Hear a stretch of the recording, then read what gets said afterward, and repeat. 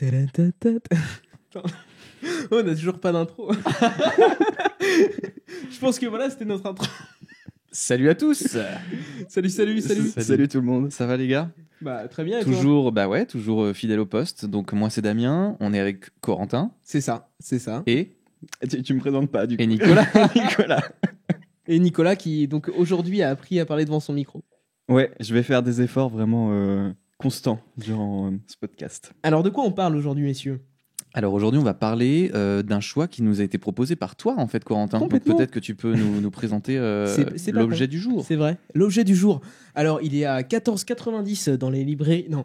C'est une brique, on dirait une brique, non? Exactement. Ça se mange, non? Alors c'est un certain objet qui est souvent brûlé dans des régimes Fahrenheit autoritaires. 451. Et donc ça s'appelle un livre. C'est un livre parce qu'on est en live également. Alors c'est un livre pour tous ceux qui sont en live. Je sais pas si vous connaissez. Oh le gros connard. Le mec commence direct. Oui, vous êtes jeune, vous avez jamais lu de bouquin. Ouais. Oh, punaise. Ah, non. Donc c'est Pourquoi nous dormons du docteur Matthew avec la langue entre les dents. Walker. Est-ce qu'on peut se dire juste qu'on dira Matthew durant tout le long Moi de je dirais Matthew. Ok, d'accord. J'essaierai Walker Matthew. Ok, bon. En tout Moi, cas, je dirais le docteur. le docteur Walker. Viens voir le docteur. Qui nous a écrit un superbe bouquin qui s'appelle Pourquoi nous dormons et qui parle donc, comme son titre l'indique, de sommeil. Et donc j'ai éventuellement une petite bio pour monsieur Walker pour vous donner un petit peu de ses crédentiels. Comme ça, Parce qu'il a quand même un sacré CV. Hein. Oui, voilà, son CV. Alors, le docteur Matthew Walker est un chercheur et professeur en neurologie spécialisé dans le sommeil. Il a enseigné dans plusieurs universités, dont Harvard et en ce moment Berkeley, en Californie, et a conduit 20 ans de recherche et essais cliniques sur le thème du sommeil. Donc le monsieur sait de quoi il parle. Ouais, donc en fait c'est quand même, on peut le dire, c'est un peu le grand prêtre du sommeil aujourd'hui. C'est un gars qui est ultra reconnu, dont le bouquin a été récompensé à de multiples reprises en fait. Hein. Il a eu des prix, 20 ou 30 langues, je sais plus. C'est un best-seller mondial, donc c'est du solide quoi. Enfin en tout cas ça a été très très bien reconnu. Complètement. Mais ce qu'on va vous raconter nous, ça c'est tiré du bouquin. Alors par contre, c'est absolument pas reconnu ni récompensé. On n'a pas eu de prix, nous jamais. Non, enfin non, non. Non, pas encore. Le prix Goncourt. Ouais. Non, mais ce qu'on va vous dire, c'est tiré du bouquin. On essaie de faire un minimum d'erreurs possible. Par contre, on conseille quand même, bien entendu, avant de commencer à en parler, d'aller le lire. Parce qu'on peut déjà dire que c'est cool. Qu'est-ce qu'on peut dire du bouquin sur comment il est organisé, comment il est chapitré, peut-être pour donner une image aux gens de comment c'est écrit? Je suis pas imprimé le son. Non, moi je voulais juste dire un truc aussi, c'est que du coup il a un super CV, c'est un docteur de ouf et tout, mais Corentin vient de faire tomber de l'eau pas loin du micro. Mais le truc qui est vraiment chouette, c'est super bien vulgarisé et tu vois, il y a certains phénomènes qu'il va expliquer. Que déjà juste le nom du phénomène tu bugs, mais en fait il te l'explique super bien et ça parle, c'est super bien écrit. Enfin, c'est très lisible. Et de toute manière, on va en revenir après, mais le but pour lui c'est d'écrire pour être compris de la plupart des gens et on va voir pourquoi. Du coup, je pense Damien, tu voudras en parler, mais c'est vrai qu'il fait un effort considérable pour donner envie de lire. En plus, parfois, je trouve qu'il a des tournures de phrases qui m'ont fait rire, moi. Non, il y a pas mal d'humour, complètement. Ouais, il y a de l'humour aussi. Et surtout, c'est très sourcé en fait en termes de, parce que c'est quand même un professeur de neurosciences et de psychologie. En fait, il appuie tous ses dires par beaucoup d'expériences qui ont été menées par lui ou par des décennies de chercheurs avant lui. Et du coup, c'est on sent que ça contraste avec ce qu'on entend en ce moment avec le Covid, quoi. Ouais, c'est ça, exactement. Ouais. On sent qu'il y a des faits qui appuient en tout cas ce qu'il dit dans ce bouquin. C'est vrai qu'en plus, justement, pour que ça parle à tout le monde, il explique vraiment comment marche l'expérience, enfin pourquoi les résultats, enfin quelles conclusions on pourrait en tirer, et tout. Il fait ça super bien, quoi. Parfois, ça peut être un peu long du coup quand l'expérience est, mais au moins on comprend, c'est clair. Voilà, le bouquin, il est constitué de plusieurs parties. Alors, je vais pas toutes vous les donner, mais globalement, on a... Nicolas aussi a fait tomber de l'eau. Ce podcast est déjà très mouillé. Arrosé, non, ça n'existe pas. Donc déjà, niveau chapitre, on a cette chose que l'on nomme le sommeil, où là, il va nous décrire un peu ce qu'on connaît tous. En fait, le sommeil, on le connaît tous, mais on ne le connaît pas vraiment. Moi, j'ai appris énormément de choses là-dedans. Ensuite, il nous parle globalement des différentes phases de sommeil, de pourquoi il faut dormir, de comment on dort, et depuis la nuit des temps, et différentes espèces, comment les différentes espèces dorment. et ensuite nos problèmes un peu à dormir et nos problèmes sociétaux au niveau du sommeil et de notre Et le rapport rêve à aussi, il y a un gros Et chapitre il y sur a le un rêve. gros chapitre sur le rêve. J'ajoute Quand aussi- est-ce qu'on rêve dans la nuit, comment on rêve, à quoi ça sert le rêve, parce que le rêve, ça a une vraie fonction en fait dans l'évolution et dans la construction du cerveau. Après, il y a aussi pas mal de. Il avance des thèses qui sont parfois les siennes et tout, donc faut garder de la réserve, je pense, mais de toute façon, il l'explique. Mais c'est vrai qu'il y a des choses, voilà, il dit d'après telle expérience, telle conclusion, etc. Moi, je dirais que les rêves, par exemple, servent à ça, etc. Donc parfois, les faits qu'il va donner sont vraiment réels, d'autres, c'est plutôt peut-être des hypothèses c'est qui sont des pas théories, encore. Des enfin, théories, voilà. ouais. Sur lesquels il fait des recherches en fait, parce que Oui. c'est un peu le. Non, mais voilà. Mais Ils sont genre 10 dans le monde, tu vois, à faire des recherches là-dessus. Enfin, on a un peu l'impression, on a toujours les mêmes noms qui reviennent. C'est vraiment un domaine qui est. Puis ils ont l'air d'être potes en plus. C'est cool. Ouais. Ça, c'est- En tout cas, moi, ce que je voulais dire en préambule, c'est que pour avoir lu le bouquin, je me suis vraiment, je l'ai trouvé nécessaire, quoi. Enfin, je me Ouais. suis dit, waouh, il y a vraiment un avant et un après dans ma compréhension moi du sommeil grâce à la lecture de ce bouquin. Et d'ailleurs, lui, il le dit plusieurs fois dans son bouquin. Il dit, pour lui, il y a vraiment 3 gros piliers de la bonne santé quand on veut être en bonne santé, être un être humain viable et avoir Une vie. une vie longue et en bonne santé, c'est l'alimentation, bien s'alimenter, faire de l'exercice régulièrement, on savait, et le sommeil. Et surtout, pour lui, le sommeil vient d'abord. voilà, c'est ça. Le premier pilier pour lui, c'est le sommeil. Et en fait, il prend comme idée de base que on est des êtres humains et donc du coup, on a besoin de dormir.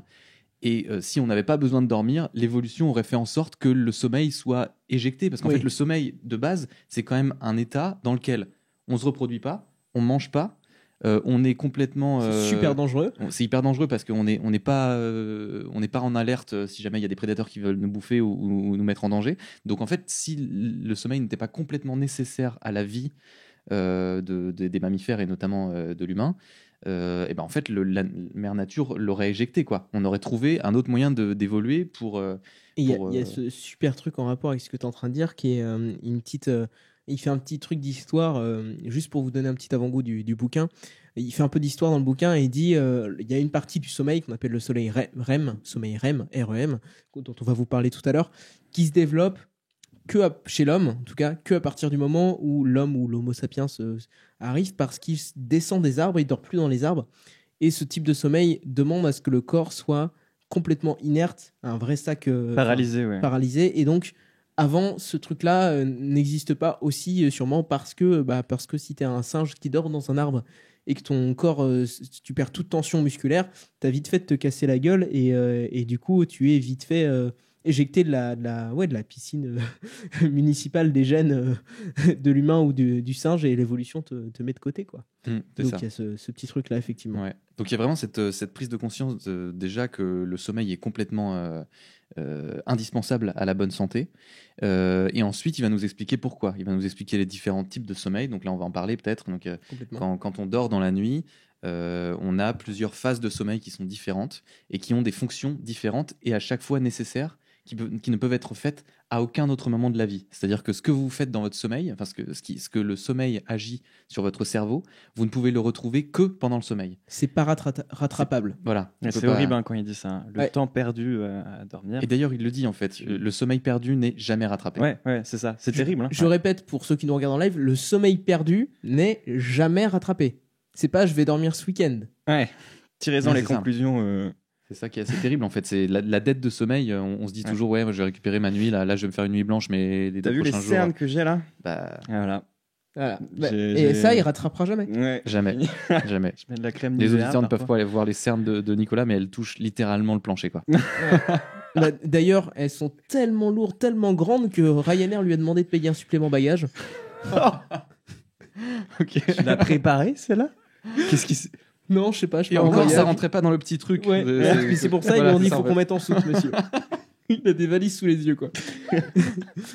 Bref, pour revenir à notre sommeil, du coup, Et on peut peut-être qu'on commencer. peut attaquer par les différentes phases de sommeil. Allons-y. peut-être. Alors, moi, j'ai un petit peu d'informations parce que c'est quand même assez technique, donc il y a certains points où j'ai pas envie de me tromper. Peut-être juste avant d'attaquer sur les différentes phases de sommeil, il prend un préambule dans son bouquin parce qu'on entend un peu tout et n'importe quoi sur le sommeil. Surtout Des gens qui n'importe quoi. des gens qui disent que en fait, en fait, il y a énormément de manières de dormir. Des fois, on dort en journée, on fait une sieste, on dort la nuit, on dort 2-3 heures ou alors on dort 8 heures, 12 heures, machin.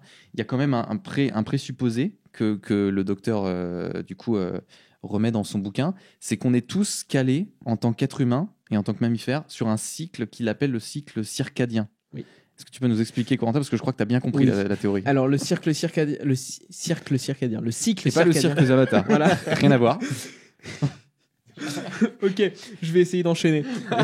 Bon courage. Le cercle circadien, c'est tout simplement un cycle interne. C'est compliqué à Je dire. savais que j'allais tout casser. T'as tout cassé.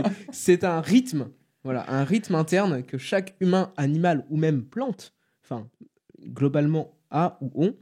Donc c'est un rythme de vie entre, c'est un peu plus que 24 heures. C'est pas exactement 24 heures. Ça dépend. 24h15 pour nous. Enfin, voilà, ça dépend des âges aussi. Mm. Les gens un peu plus vieux ont un rythme un peu plus long et les gens plus jeunes ont un rythme un peu plus court, mais toujours un peu plus de 24 heures. Et donc, c'est le rythme qui nous donne envie de dormir, tout simplement, et envie de se réveiller aussi. Oh. C'est ce qui gère la mélatonine aussi. Ça fait partie de ça. Et la mélatonine, c'est une hormone qui vient signaler l'endormissement. Ouais, le manque, enfin l'envie de dormir. Quoi. Voilà, Ouais. l'envie de dormir. Et donc, globalement, c'est comme une espèce d'horloge interne qui va vous dire, bah là, il est temps de se réveiller, là, vous êtes en forme, là, on est en début d'après-midi, t'es un peu fatigué parce que c'est humain d'être fatigué, c'est normal, il le dit dans le bouquin, d'être fatigué en début d'après-midi, si tu peux prendre une sieste. Et là, c'est le soir, la lumière tombe, il y a moins de bruit, il fait plus froid, il est temps de dormir. Voilà. Donc, ce qu'il dit bien en fait dans son bouquin, c'est que ce cycle circadien là d'un peu plus de 24 heures, c'est un truc génétique, c'est-à-dire que c'est pas négociable. On peut pas dire que avant les hommes vivaient différemment et c'est la socialisation ou c'est la culture de nos sociétés humaines qui a imposé ce cycle-là. Ce cycle il préexiste, quel que soit l'endroit du globe où on vit, la société dans laquelle l'espèce. Même si bien sûr, vu qu'en plus c'est de la génétique. Chacun a son propre cycle circadien. Oui, complètement. Voilà, c'est ça. Qui est et d'ailleurs, on parlera peut-être mais... des chronotypes, c'est-à-dire les gens qui sont du soir, les gens qui sont du matin. Tout ça, c'est aussi prouvé scientifiquement que, en fait, on est programmé selon un certain type, en fait, un chronotype, ce qui explique que il y a des gens qui sont du matin et qui du coup sont hyper alertes et hyper efficaces le matin, et d'autres où c'est la galère totale pour sortir du lit et on sent qu'ils sont bons à rien avant midi, quoi. Mais sachant aussi que ton cycle, je veux dire, peu importe, vu qu'il se cale, a priori, selon par exemple la lumière du soleil, enfin, a priori, il se cale sur la rotation de la Terre autour du soleil. Alors, même s'il est indépendant, à un moment donné, il a dû se caler par rapport voilà, à ça, parce que c'est génétique, il parce est lié, que ouais, voilà, c'est lié. Mais comment elle s'appelle la substance là, mélatonine. La mélatonine. Elle vient indépendamment de l'autre aussi. Enfin, oui. Ouais. Alors en fait, il y a plusieurs facteurs qui déclenchent l'arrivée de mélatonine, qui est donc cette hormone du sommeil ou de l'endormissement, on peut dire, qui vous donne envie de dormir. Donc il y a le cycle circadien, le rythme circadien, mais il y a aussi donc la lumière du jour, puisque la baisse de la lumière du jour indique à notre corps que c'est bientôt le temps de dormir. Et donc ça, c'est des choses indépendantes. Et il y a un troisième facteur, c'est la température, la baisse de température aussi du corps. Et quand, en fait, tout simplement parce que nos ancêtres dormaient dehors, et quand il faisait plus froid, c'est-à-dire que là, en général, le soir, la température se baissait de façon chronique, et c'était le temps d'aller dormir. D'ailleurs, il y a une super expérience qui décrit dans le bouquin, qui est pour montrer que le cycle circadien est indépendant de la lumière du soleil. C'est ça. La Mammoth Cave, c'est ça. Vas-y, je t'en prie. Justement, donc c'est une expérience qu'ils ont menée. Alors, je crois que c'est deux chercheurs dans le sommeil qui sont partis dans une grotte à plusieurs mètres au-dessous du sol. Kilomètres même, en fait, c'est quasiment sous terre, quoi. Donc ils n'avaient aucune source de luminosité extérieure, et ils ont vécu combien de mois? 30 jours. Ouais, non. 32. Non, plus. Semaines, Ils ont fait plusieurs semaines. Ouais. Alors je sais plus exactement. 3 semaines, il me semble. C'est ça, 3 semaines, où ils ont voulu complètement déconnecter leur organisme du cycle jour-nuit tel qu'on le connaît à la surface, quoi. Et tout ça, l'expérience voulait essayer de prouver, est-ce qu'on continue à avoir notre rythme circadien des fameuses 24 heures et quelques en dehors de la lumière du jour. et d'une lumière du jour. Et en fait, c'est le cas. C'est-à-dire que leur cycle continuait à se caler dessus, Voilà. malgré le fait qu'ils soient complètement déconnectés du cycle jour-nuit, quoi. Complètement. Et donc, ce genre d'expérience-là, ça montre bien qu'il y a plusieurs facteurs différents, mais tous ces facteurs jouent en même temps sur notre corps pour s'endormir correctement et pour avoir des bonnes pratiques de sommeil. Moi, c'est vrai que je suis d'accord avec toi, ce bouquin, je viens de toucher la bonnette, ce bouquin, moi, je le préconise un peu même comme un médoc, quoi. Tu vois, c'est genre vraiment à ce point-là c'est un truc qui peut avoir un impact assez énorme sur ta qualité de vie, sur ta vie, sur ton apprentissage, ton envie de vivre, tout simplement. Si tu prends ce bouquin, que tu le lis attentivement et que tu appliques des choses que tu sais qu'il faut que tu changes dans ta vie, tu sais qu'il faut que tu changes ton rythme de sommeil, tu sais qu'il faut que tu dormes plus ou dans d'autres conditions, ça peut vraiment changer la vie de quelqu'un et je vous le conseille. Ça. Ouais, complètement. Et d'ailleurs, on en parlera peut-être tout à l'heure de ce que nous, on essaiera. Enfin, moi, je sais pas si vous avez. Moi, ça fait un moment que j'applique tout ça. Ouais, c'est ça que vous essayez d'appliquer. Mais bon, parce qu'il y a des choses quand même qui questionnent nos quotidiens vraiment, quoi. C'est-à-dire de la consommation, enfin, comment on mange, comment on s'alimente, qu'est-ce qu'on boit, qu'est-ce qu'on fait avant de dormir, comment Qu'est-ce on que organise tu bois, notre, Nicolas Et toi, qu'est-ce que tu bois? Un petit lait. Et du coup, le fait est que même si on n'applique pas tous les conseils et qu'on mène pas une vie ultra saine comme elle est préconisée dans ce bouquin-là, en fait, c'est toujours mieux de savoir que de pas savoir. Oui, c'est ça. Mais de toute manière, après, il y a toujours des écarts à un moment, quoi. Mais c'est vrai que tu as des grandes lignes et tu sais en fait pourquoi. Il t'explique en fait pourquoi. Parce qu'à la fin du bouquin, il y a genre 14, 15 conseils. Justement, je voulais finir le podcast avec c'est peut-être. Ouais, je vais pas les dire maintenant. Ces petites règles. Mais tu veux, là, restez jusqu'à la fin si vous voulez avoir des conseils pratiques. Voilà, en fait, il y a 15. Essaiera de résumer peut-être à la fin vraiment des petits conseils pratiques sur qu'est-ce qu'il faut faire ou pas faire selon les conclusions scientifiques sur le sommeil. Parce que là, si on les donne, si on les donne là, voilà, c'est des conseils à suivre. Mais quand tu lis le bouquin, tu comprends pourquoi il te les donne, quoi. Et ça a d'autant plus d'impact. Oui, voilà, c'est ça. Parce que sinon, c'est juste 5 conseils pour mieux dormir. Oui, c'est clair. Parce que là, du coup, tu comprends. Pareil, peut-être que si on finit l'introduction, qu'est-ce que vous. Comment vous avez ressenti le bouquin, la première page? Enfin, par exemple, toi, je pense à toi, Damien, par rapport au côté sociétal, de l'urgence sociétale. En fait, il en reparle un peu en introduction et surtout en conclusion. Sa thèse au docteur Walker, à mon avis, il pense pas écrire juste un bouquin sur le sommeil. Non. Il veut vraiment tirer la sonnette d'alarme en disant qu'aujourd'hui, on ne dort pas du tout, pour la majorité des êtres humains sur la planète, comme on devrait dormir. On a un mode de vie qui a un peu perverti ce cycle circadien dont on parlait, et en fait les nuits qu'on fait ne sont pas du tout les nuits qu'on devrait avoir pour que notre fonctionnement du corps et de l'esprit se fasse de manière optimale. Et c'est même pas juste on tire pas tout ce qu'on pourrait tirer du sommeil, c'est on tire que dalle du sommeil, quoi. Ouais, on est sous la barre du bénéfice. Et tel qu'il dit, en fait, on est beaucoup à se flinguer la santé sans le savoir, juste parce qu'on dort mal, pas assez et pas dans les bonnes conditions. Et vraiment, hein, il y a tout un chapitre sur les conséquences néfastes d'un sommeil trop court ou de mauvaise qualité sur le corps humain et sur l'esprit. Et en fait, c'est assez hallucinant. Il y a eu plein d'expériences de menées pour montrer que le risque d'AVC, le risque de maladies cardiovasculaires, risque de cancer, le risque d'Alzheimer, le risque de maladies mentales aussi, sont complètement... Mais même en termes de comportements sociaux, quoi. Ouais, genre juste ça en plus, vu qu'on est censé vivre collectivement, même si on n'a pas forcément l'impression, là on est plus dans l'individualité, je pense, mais du coup, effectivement, le fait de peu dormir, par exemple, ou de manquer certaines phases de sommeil, t'es moins alerte vis-à-vis allons-y justement. De visage, tu te rends moins compte de la gentillesse ou pas de la personne en face, et pour des corps de métier style pompiers, policiers, etc., ça peut porter préjudice, quoi. Et donc effectivement, on soupçonne pas du tout ce que le sommeil nous apporte, même en termes même comment ça marche, de fabrication de l'esprit, en fait, finalement. Et d'ailleurs, on peut peut-être du coup en profiter pour plonger dans le cœur du sujet, quoi. Allons-y. Alors, on a plusieurs types de sommeil. En fait, considérer le sommeil comme un état en soi, c'est un peu faux parce que c'est plein d'états qui succèdent, qui font des cycles, encore une fois. Sachant qu'en première partie de nuit, on a principalement un certain type de sommeil, le sommeil NREM, N-R-E-M.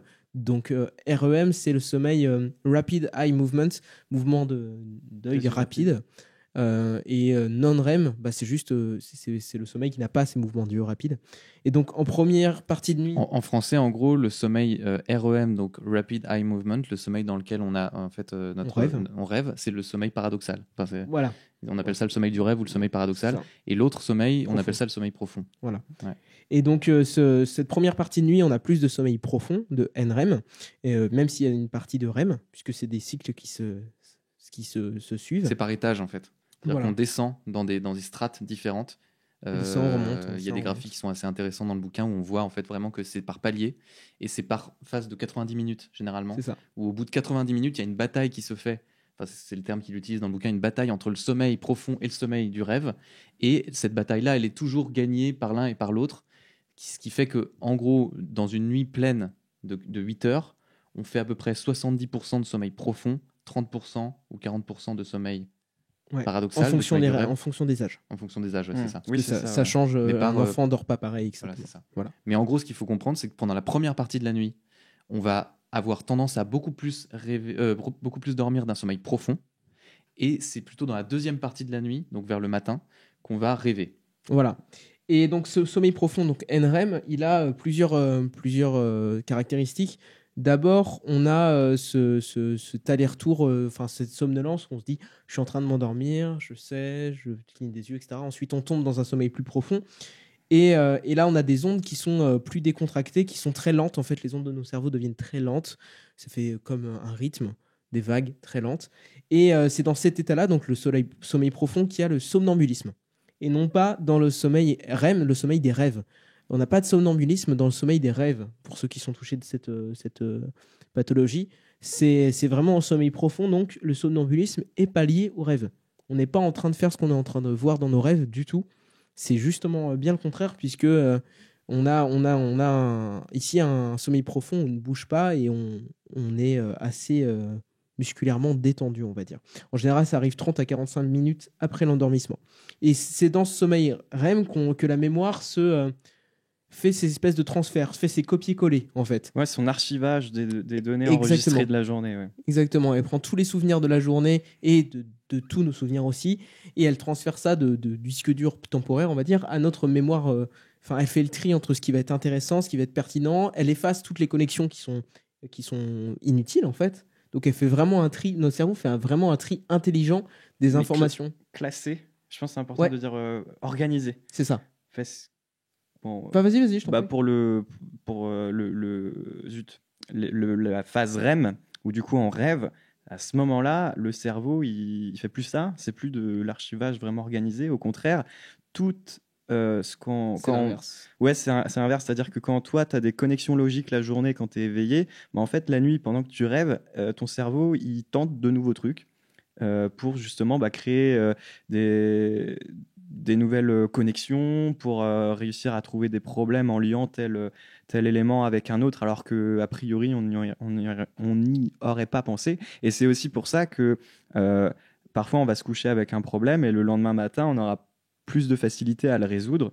Et il y a un vieil adage qui dit « la nuit porte conseil ». Voilà, donc exactement, le sommeil profond, c'est exactement l'inverse du sommeil des rêves, où le sommeil profond, ça reste logique. En gros, on prend des données, on dégraisse, on enlève ce qui n'est pas important, on met ce qui est important à l'abri, et ensuite, on arrive dans ce sommeil REM, donc cette phase de sommeil de rêve, qui lui prend toutes ces informations et fait c'est une phase créative, en fait. Et d'ailleurs, on le voit, tu parlais des ondes tout à l'heure dans le sommeil profond, le sommeil non REM, qui sont très, très, très paisibles, très, très régulières, au contraire du sommeil REM, du coup le sommeil paradoxal du rêve, où là, c'est complètement anarchique. C'est comme dans la journée. Et en fait, voilà. Et parfois, l'activité du cerveau dans le sommeil REM, lorsqu'on rêve, est encore plus importante que lorsqu'on est en éveil.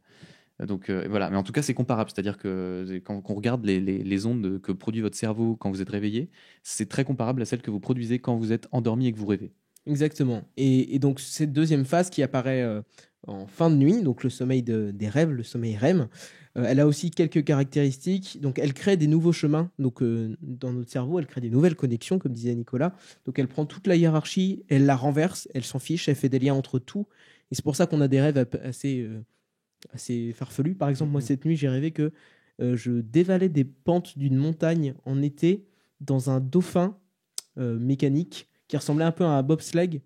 Et je devais prendre des virages pour remonter, enfin prendre de la vitesse, bref, n'importe quoi, avec le T'as mec, inventé Disney World en fait. avec le mec de House of Cards, merde, dont le nom- Kevin Spacey. Ouais, voilà. Ok. Ok. Voilà, donc des nouvelles connexions. On va peut-être pas analyser ça de manière freudienne parce que c'est un peu chaud. D'ailleurs, il parle de Freud et, D'ailleurs, on en parle un peu, ouais. et voilà. Et franchement, en plus, Freud, j'avais lu, hein, c'est sur le rêve, je crois que ça s'appelle. Et c'était quand même bien particulier. C'est philosophique, quoi, aussi. Et je l'avais étudié en philo et j'ai pas trop compris. Et là, dans le bouquin, le docteur, il résume la pensée freudienne genre en un paragraphe de Voilà. 20 lignes, quoi. Et après, il dit Mais c'est de la merde. Mais c'est pas bien. Ouais, alors, non. il est un peu plus nuancé il que dit ça. 50%. Ouais, il faux. dit qu'il avait des super intuitions dans un moment en plus où scientifiquement on ne pouvait rien prouver ni infirmer de ce qu'il disait, mais que bon voilà, en fait il a eu le revers de sa médaille, c'est-à-dire qu'il est tellement parti dans une vision du rêve qu'en fait il pouvait rien prouver, qu'en fait il s'est aussi planté. Voilà, donc je crois que la formule qu'il dit, c'est que Freud avait raison à 50%, mais il s'est planté à 100%. Ouais, Ouais, c'est c'est ça, ça, ouais. exactement. Mais du coup, c'est très intéressant ce passage-là où il reprend l'argumentaire freudien de l'interprétation des rêves et où il dit que oui, effectivement, Freud avait raison dans le sens où le rêve est vraiment utile pour le cerveau et où il dépasse en fait l'état de conscience pour justement nous faire créer de nouveau et voilà. Et en même temps, bah non, la grille de lecture des rêves qu'il avait créée et qui, Ouais, n'est pas la soi-disant, bonne, pouvait ouais. se plaquer à n'importe quel individu en disant, bah voilà, t'es rêvé d'un couteau, bah c'est qu'en fait, t'as rêvé d'un symbole phallique, parce que voilà, tout ça. En fait, tout ça, c'est c'est faux. c'est vraiment de l'interprétation Puis- pure qui ouais, n'a puis- pas de fondement scientifique, qui n'a jamais été prouvé. En plus, et puis c'était aussi pour lui, les rêves étaient l'expression du désir refoulé, quoi, avec la notion de, j'ai oublié le terme, De latent, surmoi. et contenu latent et contenu, voilà, en gros, tu rêves d'un truc, et puis effectivement, quand tu interprètes, tu comprends que ça a une signification, et comme tu dis, Damien, effectivement, tu peux pas interpréter. Enfin, ça, c'est faux. Quoi. Ça, c'est complètement Ouais, faux. voilà, tu peux pas. Enfin, si tu. Après, il dit ça, hein, le docteur, mais il l'auteur dit du bouquin, il dit continuez de partager vos rêves avec Oui, voilà. les amis, Mais pas essayez pour de ça. les analyser, mais vous saurez Mais pas ne forcément. pensez pas que vous pouvez adapter une grille de lecture sur tous les rêves de tous les individus, C'est ça. parce que c'est inopérant, quoi, en fait. Complètement. Et donc, quand on rêve, nos yeux, d'où le nom de mouvement d'œil rapide, nos yeux bougent de droite à gauche très très très très rapidement. D'ailleurs, si vous dormez avec quelqu'un qui rêve et que vous vous réveillez en petit matin, par exemple, vous pouvez le regarder pas trop flippant, pas trop près. Ouais, parce Et que le réveillez pas. s'il se réveille et qu'il voit quelqu'un le regarder fixement à 2 cm de son cerveau, il y a moyen qu'il flippe. Ah, ça, j'ai pas compris. Ah, bah parfait. Ouais, en gros, je veux dire, quand tu dors, tu fermes les yeux. Oui, mais en fait, Comment tu vois que.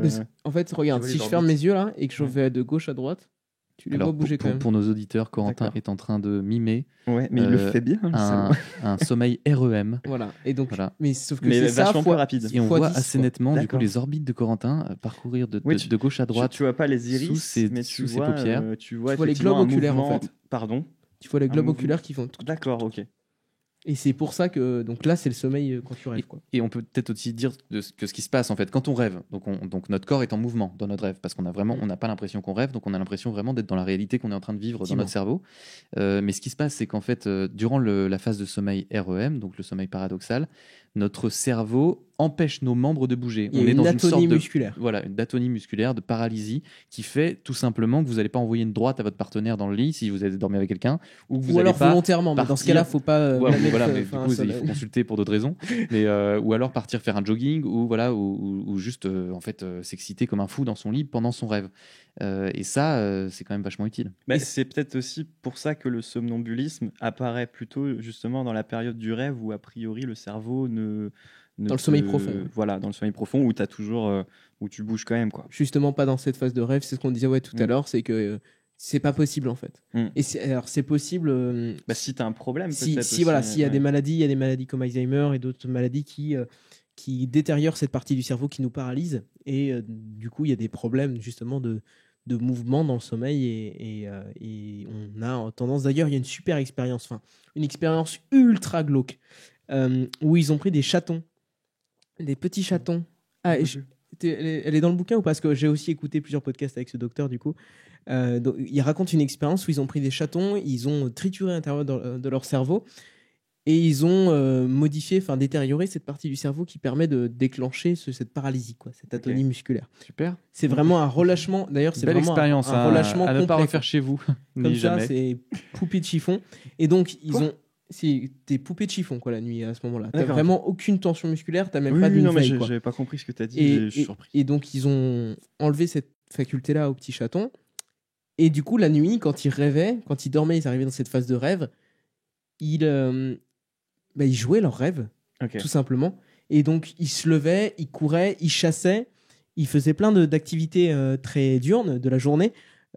Et on voyait de quoi ils rêvaient, en fait. Et bon, forcément, ils se cognaient à un endroit, ils se réveillaient, choses comme ça. Mais en enlevant ces capacités-là, ils ont pu voir aussi qu'on rêvait de scénarios qui pourraient nous arriver pour nous préparer aussi. Enfin, c'est vraiment, les rêves servent entre autres à nous préparer à la journée, à résoudre des problèmes dans notre tête et à nous confronter à des situations avant, en fait, d'entraînement, quoi, virtuel. Et ils ont compris ça avec cette expérience très très glauque, pour le coup. Et du coup, est-ce qu'ils ont pu remettre ces capacités-là? Je suppose que non. Ah non, bah non, ils ont fini leur vie comme ça. Mais... Donc ils sont en prison maintenant. Oui, Pardon. non, là, il y a eu bien pire. Hein. Ouais, Ouais. c'est sûr. Ouais. Ah oui, il y a juste une petite statistique que je trouve super intéressante et très représentative pour le sommeil des rêves, le sommeil REM. C'est que si tu te couches, toi qui regardes, et vous qui regardez en live, si tu te couches J'ai écouté. à minuit, et écoutez effectivement, à minuit, et que tu te réveilles à 6h du mat parce que tu as entraînement, parce que tu as de l'école, parce que tu dois aller au taf ou quoi que ce soit, mais tu t'es couché à minuit, que tu as eu que 6 heures de sommeil, tu ne perds pas juste un quart de ton sommeil, de ta qualité de sommeil. Tu ne perds pas 25% de tes 8 heures, quoi. Tu perds 60 à 90% de ton sommeil des rêves, parce qu'il intervient dans cette deuxième partie de nuit. Et donc, tous les bénéfices du sommeil des rêves, qui sont des nouvelles connexions, de la créativité, l'anticipation, tri des émotions aussi. tri des émotions, recalibrage des émotions pour la journée, également se rappeler beaucoup mieux de toutes les informations qu'on a apprises, donc tout ce qui est révision par exemple, toutes ces informations-là, tout ça, c'est perdu à 60 à 90% si vous perdez 1 à 2 heures de sommeil sur la fin de votre sommeil. Alors, justement, j'ai une question à te poser. J'en ai deux. Je pense que la première, je l'ai oubliée, c'est attrait au rêve. Oui, je viens de la retrouver. Mais sinon, j'ai une question pour toi, du coup, toi qui viens de dire ça. Zut. Là, tu parles de minuit à 6 heures. Mais admettons, parce que c'est calé sur le cycle circadien aussi, mais admettons, je me couche à 3 heures du mat, j'ai 8 heures de sommeil. Donc, du coup, jusqu'à 11 heures. Là, t'es bon. Est-ce que donc du coup mes cycles de sommeil NREM et REM se calent en fonction du cycle circadien ou plutôt en fonction du coup de mon sommeil? Si je dors 8 heures peu importe quand, est-ce que Là, j'aurai de quand toute même façon, les deux sont liés. Donc, si tu dors 8 heures sur ce qui est le temps normal de la nuit pour toi, tu vas avoir... En fait, c'est à partir du moment où tu t'es endormi, quoi. c'est à partir du moment où je m'endors. Donc même si je m'endors à 4 heures du mat même. Ah, admettons, ça dépend si tu t'endors toujours à 4 heures du mat ou si tu t'es couché une fois à 4 heures du ouais, mat. je sais pas, Non, je là, sais dans, pas, dans ce cas-là, t'as un souci, tu te décales et t'auras un souci la nuit d'après. t'as un souci la nuit d'après. Parce que D'accord. ton endormissement interviendra plus tard. Mais c'est à partir du moment où tu t'endors, que tu poses la tête sur l'oreiller et que tu t'endors vraiment, où on peut déclencher le chrono des 8 heures en disant si tu ne dors que 6 heures, bah là tu perds 60 à 90% des bénéfices du sommeil des rêves, quoi. Ouais, et ce qu'il dit en fait et que je trouve super intéressant, c'est que la plupart des gens qui dorment peu ont alors cet argument de dire ouais mais moi J'ai pas besoin. ma journée elle est beaucoup trop longue, j'ai beaucoup trop de trucs à faire et puis le matin je me lève tôt parce que j'ai envie de faire du sport et tout ça aussi c'est pour ma santé et voilà et je veux être plus productif dans mon métier et tout ça. En fait on est quand même dans une société où on est dans l'hyperactivité globale et on a toujours envie de faire plus de trucs, toujours envie d'être plus productif, plus créatif, plus sportif, plus beau, plus machin. Et en fait, il dit que c'est complètement contre-productif comme manière de voir les choses. Parce que finalement, le sommeil, que ce soit dans le sommeil profond ou dans le sommeil des rêves, en fait, contribue à nous rendre plus performants dans toutes ces choses dans lesquelles on veut être meilleur. Et qu'on sape vraiment nos efforts. Et que, en fait, en amputant notre sommeil de 2 heures ou plus, en tout cas en dormant moins nettement moins que 8 heures par nuit, en fait, on se fait vraiment du mal, en fait.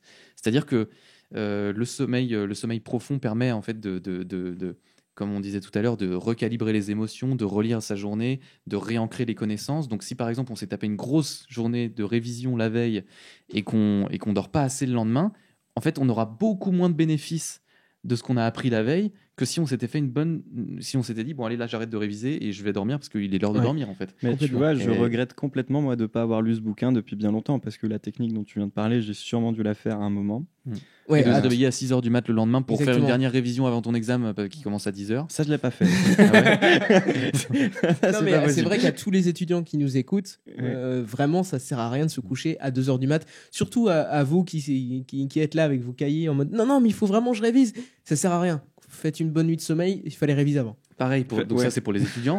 Pour les L'écouter en sportifs qui adorent, qui sont dans la performance, qui ont envie de créer toujours plus. Enfin voilà, Corentin, on sait que tu es toi-même un grand sportif. Alors, J'ai fait beaucoup l'erreur. Hein. Tu nous diras justement comment tu as vécu cet argument-là, mais en gros, il y a eu des études de fait sur des sportifs de haut niveau qui montrent que plus les mecs dorment, ou les nanas, plus les gens dorment, moins ils ont de chances de se blesser à l'entraînement suivant.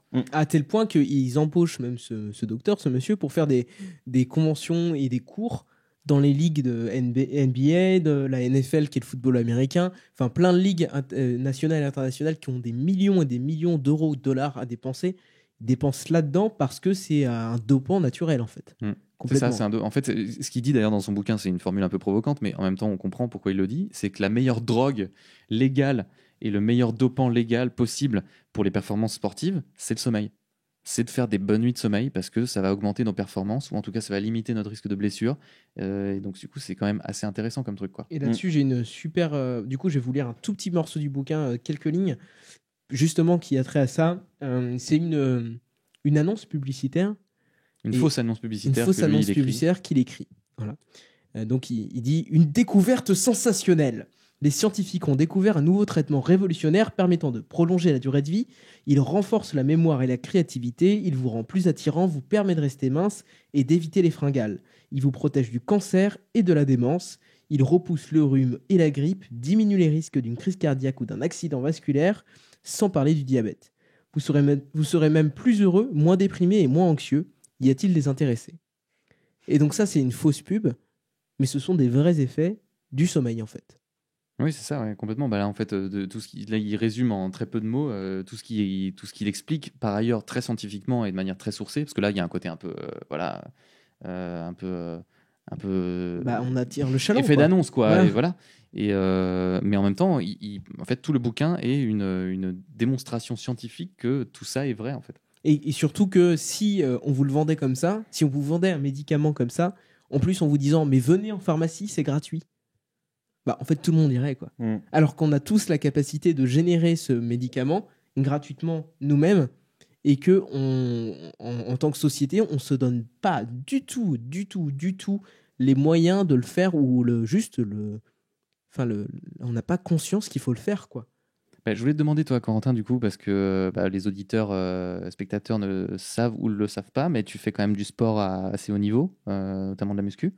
Est-ce que la lecture de ce bouquin, ça a changé un peu ta vision des choses ou est-ce que tu avais déjà adopté des comportements Non, pour favoriser ton sommeil ? Alors, j'avais déjà ces choses-là en place parce que très clairement, en force athlétique, donc en powerlifting, si tu dors pas, tu ressens direct les effets le lendemain et surtout, alors il y a un effet aussi de la perte de sommeil dont je peux parler maintenant qui est lié à ça. Si tu cherches à perdre du poids en gardant ta masse musculaire pour passer d'une catégorie à une autre ou peu importe la raison, même pour un régime, et que tu n'as pas un sommeil adapté, tu vas perdre plus de muscles que de gras. Donc en fait, si tu perds 4 kilos en 3 mois ou en 2 mois et que tu es trop content mais que tu as mal dormi, en fait, tu as perdu 4 kilos de muscles et t'as la même personne juste en plus petite. Et en plus grasse. Et, Du et coup. limite en plus grasse, ouais. Donc en fait, relativement en plus grasse, ouais. Donc le sommeil est super important parce que tout simplement le corps, lui, il se dit ok, je dors pas assez, j'ai pas assez de ressources, je mange pas assez, logique, puisqu'on cherche à perdre du poids. Donc perdre du poids, c'est manger moins de calories qu'on en dépense. Il y a pas oui, mais mon insuline, c'est la physique, hein. Ça marche pas autrement. Et donc il a pas assez de ressources. Il faut bien tirer ses ressources de quelque part. Nous, on veut qu'il le tire du tissu adipeux, de la graisse. Mais lui, il dit, oui, mais qu'est-ce qui me coûte le plus cher ?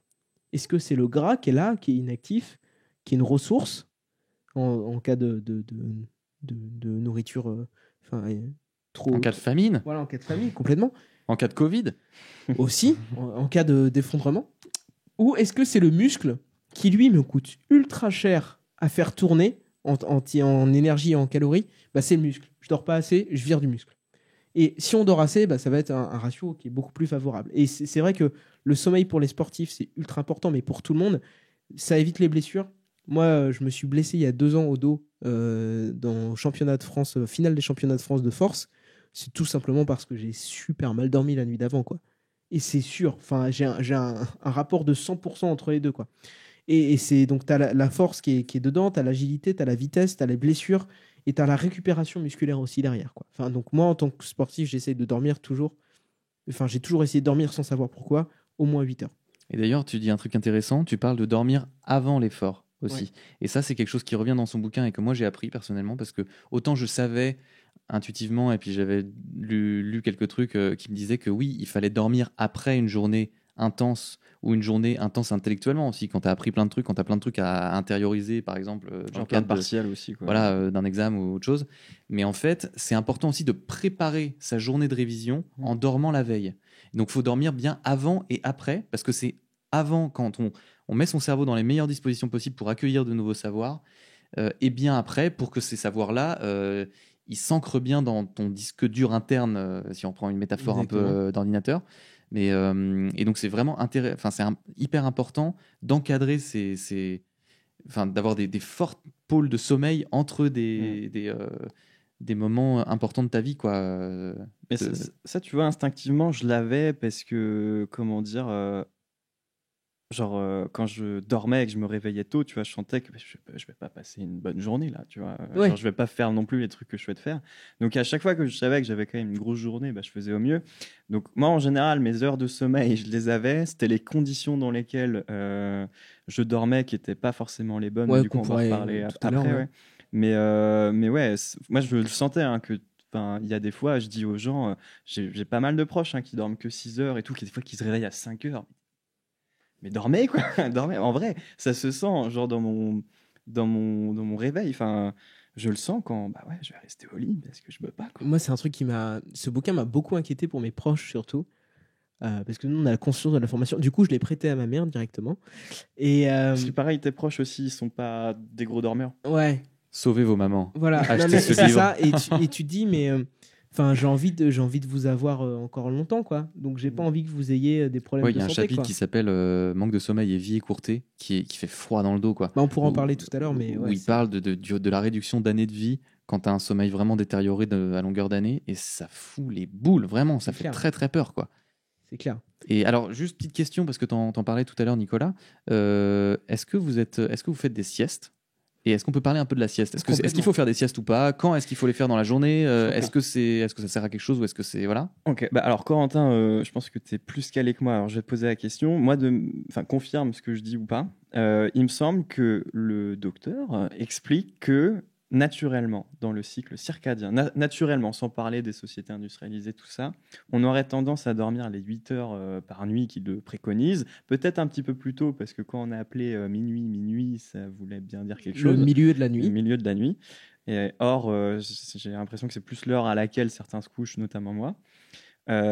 Et donc, du coup, naturellement, ouais, c'est 8 heures la nuit. Et voilà, une petite sieste. Alors, je sais plus combien de temps, 1h30 Ouais, une heure et demie, ouais. l'après-midi, ouais. Alors oui, effectivement, c'est Ouais, ça. c'est hein. entre 60 et 90 minutes, je crois, mais ça Ouais. peut être un peu moins aussi. Ouais. Mais naturellement, limite dans les tribus qui sont loin de leur. Mais ouais, pour tous les humains, en fait. Mais pour tous les humains. En fait, c'est- aujourd'hui, voilà. la majorité des êtres humains sur la planète, dans les nations civilisées auxquelles on appartient, suivent ce que donc l'auteur appelle un rythme monophasé. Ouais, monophasé. C'est une. C'est-à-dire qu'en gros, on va dormir un moment dans notre cycle de 24 heures, et ça va être un gros moment, et c'est ce qu'on appelle la nuit, et on va dormir tout notre sommeil lors de la Dedans. nuit.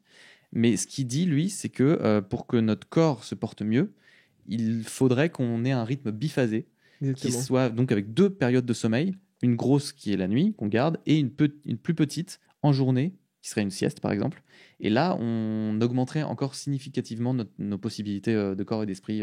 Et du coup, une sieste de entre 60 et 90 minutes, du coup. C'est ça. ça. Ouais. Mais pas après Avant 15 heures. heures. Ouais, c'est ça. Avant 15h, ouais. Mm. Et Et pourquoi pas après 15 heures? Tout simplement parce que ça nous décale. en fait, ça nous décale parce que T'auras moins envie de ce qui se dormir passe, la c'est nuit. qu'en fait, on a parlé tout à l'heure de la mélatonine, qui est cette Hormones. hormone qui monte tout au long de la journée, qui atteint son pic au moment de la soirée. Et en gros, quand elle atteint son pic, elle vous dit faut aller dormir, quoi. Et le problème, c'est que quand on fait une sieste, forcément, le pic de mélatonine va vachement baisser parce que on dort. Donc du coup, forcément, le sommeil élimine la mélatonine qui s'est fixée dans le cerveau.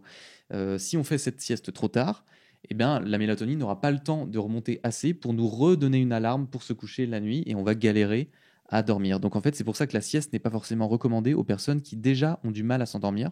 Ça. Parce que du coup, en fait, ça va encore augmenter leur difficulté à s'endormir le soir puisque elles auront déjà baissé leur stock de mélatonine dans la journée. À savoir que là-dessus, j'ai un petit point quand même à rajouter. Il y a de grandes chances que si vous avez du mal à vous endormir le soir, ce soit pas parce que vous avez un problème ou quoi que ce soit, c'est juste parce que vous avez des habitudes de vie de merde. Enfin, complètement écran et tout, on va en parler tout à l'heure. Donc oui, Mais qu'on a tous, hein, qu'on a tous, franchement. bien sûr. Mais Ah oui, on va parler, mais c'est désolant en fait. cette Notre habitude mode de vie, c'est clair. de la sieste, elle est pas recommandée dans certains cas assez rares finalement sur la population entière, quoi. Mais c'est vrai que tu vois, genre dans les pays notamment du Sud, ils parlent de contour méditerranéen. J'avais cet exemple-là justement. Ouais. Ça m'est arrivé en plus d'être parti en vacances en Espagne. C'est vrai que c'est fermé le magasin, mais il est 14h et tout. Et ben c'est non seulement aussi eux, ils ont compris peut-être leur cycle, ils écoutent peut-être plus leur corps. Après, il y a aussi cette question de chaleur aussi, je pense qu'il doit jouer. Hein. Mais c'était admis que les magasins ferment, quoi. Donc du coup, d'un point de vue sociétal, en tout cas dans ces pays-là, bah il n'y avait pas de problème. Ouais. Et c'est vrai que va dire à tes patrons, je cale une sieste avant la reprise. Moi, je l'ai fait. Le midi, sur mon temps du midi, je l'ai fait. Oui, sur mais la c'est vrai pause que midi, t'es ouais, mais sur la content, pause, pas Ouais. sur ton temps de Ah travail. non, c'est très oui, compliqué. moi, je- Et d'ailleurs, justement, mais- il y a un exemple assez parlant qui est en Grèce. Ah là là, ouais. Et, Moi, j'allais en parler aussi. alors, L'anecdote de la Grèce, elle est folle. La quoi. Grèce, justement, où donc tous ces magasins fermaient entre 13 Entre 14h et 17h quasiment. Ouais, 13h et 14, 17h. voilà. Ouais. Le temps de faire une sieste, ensuite rouvrait pour jusqu'en milieu de soirée. Et donc, ces magasins ce pays a été de plus en plus exposé au monde entier. Et ils ont Notamment en touristique en fait. touristique, parce que- et ils ont pris des habitudes un peu imposées de ne plus faire la sieste, tout simplement parce qu'il fallait garder les magasins ouverts pour vendre des trucs. L'argent. Vendre des trucs. L'argent. Et quand ils sont passés, quand on compare les chiffres entre... Ouais, c'est une étude qui a été menée sur 23 000 Grecs. Donc c'est C'est quand ça. même pas un petit échantillon. C'est ça. 23 000 Grecs qui ont qui ont peu à peu arrêté pendant 10 ans de faire la sieste. Et du coup, les résultats, tu vas les donner. J'ai plus les chiffres exacts, mais les résultats sont crois que c'est, assez incroyables, quoi. Je crois que c'est 60%. Les hommes, hein. Alors pas Ouais, les femmes, hommes, mais ouais. les hommes qui ont arrêté de faire la sieste ont 60% de plus de chances de développer des AVC et des crises cardiaques. C'est ça. Il y a depuis qu'ils ont arrêté la sieste cancer que quand là-dedans ils aussi, hein, il me semble. Il y a le cancer aussi, mais je sais plus si c'est 60%. Non, En tout ouais, cas, mais c'est les ça, AVC, c'est 60%. Ils ont arrêté de faire la sieste, ils ont 60% de plus de développer de faire une crise cardiaque ou un AVC. Et nous, on fait pas la sieste. Hein. Voilà. Donc déjà, notre baseline, elle est pas là, hein, elle est là. Hein. C'est hallucinant hein, comme chiffre, ça m'avait glacé quoi. Mais et toi, t'arrives à faire la sieste? Eh ben, écoute, depuis que je lis le bouquin, donc ça Moi, fait j'essaye aussi, ça fait 2 bonnes semaines, j'essaie de faire la sieste. En plus, j'ai la chance d'avoir un rythme de vie qui me le permet là en ce moment parce que je travaille que l'après-midi à partir de 14h. Donc, ce que je fais, c'est que je mange le midi et je fais la sieste. J'essaie de me faire j'ai pas le temps de faire beaucoup plus que 3 quarts d'heure et encore je dis 3 quarts d'heure de sieste, en fait c'est 3 quarts d'heure dans mon lit Dans où j'essaie de somnolence. dormir. Ouais. Mais en vrai je pense que je mets bien un quart d'heure à tomber dans le sommeil parce que je suis pas du tout habitué, donc je dois dormir à tout péter 20 minutes quoi. Mais du coup, Donc je le fais depuis une semaine et franchement j'avoue que je me sens en fait je sens notamment que la nuit je dors mieux en fait grâce à la sieste. Sérieux? Ouais. Ok. Ça me fait un truc un peu bizarre. Mais j'ai une question parce que du coup, pareil, est-ce que c'est vrai? Parce que j'ai souvent entendu dire les siestes l'après-midi, et quand j'entendais ça, il n'y avait pas des questions d'horaire, genre avant 15h. Les siestes l'après-midi, elles ne doivent pas dépasser 20 minutes, sinon ça sert à rien, ou je sais plus exactement ce qu'on me disait. Ah, la power nap. Alors, celle de la NASA, c'est ça? Des vois, pilotes, ouais. Ouais. surtout qu'en plus, tu vois, moi, quand j'essayais de faire peut ça, peut-être c'est une rappeler sieste de 20 le minutes. concept. Moi, pareil, tu sais, j'essaye de faire la sieste et tu vois, je vois, je peux pas mettre un réveil parce que je vais Enfin, pas 20 minutes, m'endormir. 20 minutes, moi je m'endors pas. Très Ouais, clairement, moi, c'est mon problème aussi, j'arrive pas Mm. à faire je me mets par contre, quand je suis fatigué, et je vais revenir sur ce truc des pilotes, quand je suis fatigué, justement, je me dis, bon, va te coucher, au moins tu as un état de veille un peu. Et effectivement, tu te sens, même si c'est juste 20 minutes ou 30 minutes ou 40 minutes, même si tu dors pas vraiment, tu as un état qui est quand même. C'est quelque chose de bénéfique pour toi. Et il y a cette fameuse power nap dont tu parles, Ouais. qui est une sieste, la sieste de la puissance, De l'énergie. de l'énergie, de 20 minutes qui a été développé, enfin ils ont fait des recherches, c'était avec des pilotes pour savoir à quel moment, parce qu'ils peuvent pas dormir tout le temps, ils ont un pilote et un copilote sur des longs vols, des longs courriers, à quel moment il fallait qu'ils dorment et combien de temps est-ce qu'ils pouvaient au minimum dormir pour avoir des effets. Effectivement, ils ont vu qu'une sieste de 20 à 30 minutes pouvait avoir des effets bénéfiques, en tout cas assez conséquents pour la justifier, quand il la prenait au début du vol, quand il commençait à être fatigué. Donc c'est pas la logique, c'est pas j'attends d'être crevé et je vais faire une sieste. C'est quand je commence à être fatigué, donc en premier tiers, on va dire, de ton activité. Là, tu vas faire une sieste pour garder un niveau, voilà, un 60%, un 70%. Si tu attends d'être à 20% de ton énergie, tu vas faire une sieste, tu vas faire 23 et ça va être inutile. Alors que si tu restes si tu à 60% de ton énergie, globalement, je grossis le trait, tu vas remonter à 70 peut-être. Voilà. Et cette power nap, ils ont mis ce nom-là parce qu'à la base, c'était pas appelé comme ça. Alors, je sais plus le nom exact, mais c'était une phase de repos, quelque chose. Oui, c'est ça. C'était un nom moins sexy en fait. C'était moins sexy et du coup, ils ont mis un petit coup de gloss dessus. Ils l'ont mis un peu, ouais, c'est ça. Ils l'ont pimpé. Mais ouais, donc sieste, oui, mais pas forcément Sieste, pour oui. tout le monde et pas forcément à n'importe quel moment de la journée. Voilà. Et si on peut se le permettre, bien sûr. bien mais, sûr. Si mais vous pouvez, faites-en, quoi. Ouais, c'est ça. Alors, peut-être, je sais pas, qu'est-ce que vous en pensez, les gars? Est-ce qu'on n'aborderait pas, du coup, toutes les choses qui nous empêchent de bien dormir? Complètement. Il y en a un paquet. Ouais. Il y en a un À paquet. savoir quand même que petit disclaimer, du coup, petit attention avant qu'on aborde tout ça. Il y a un des faits du bouquin d'ailleurs que je vais citer. Les records de privation de sommeil ne sont plus homologués auprès Au du auprès du Guinness Book des records, qui laisse quand même des gens sauter depuis l'espace en parachute. Voilà. Donc, mais c'est trop, et c'est ce qu'il dit dans le bouquin, c'est trop extrême pour le Guinness Book des records d'essayer d'arrêter de dormir le plus longtemps possible, alors qu'il laisse des gens tomber de l'espace, quoi.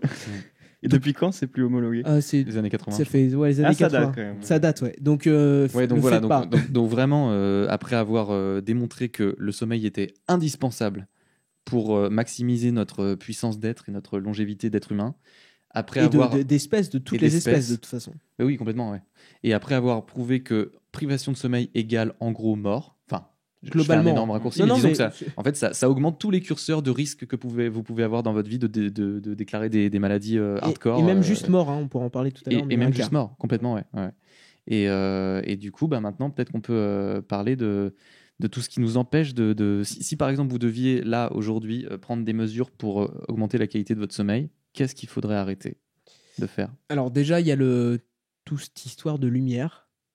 Bleu, la lumière bleue ou la lumière Aussi, les deux. Ouais. Alors il y a la lumière, la luminosité, on va appeler ça la luminosité plutôt.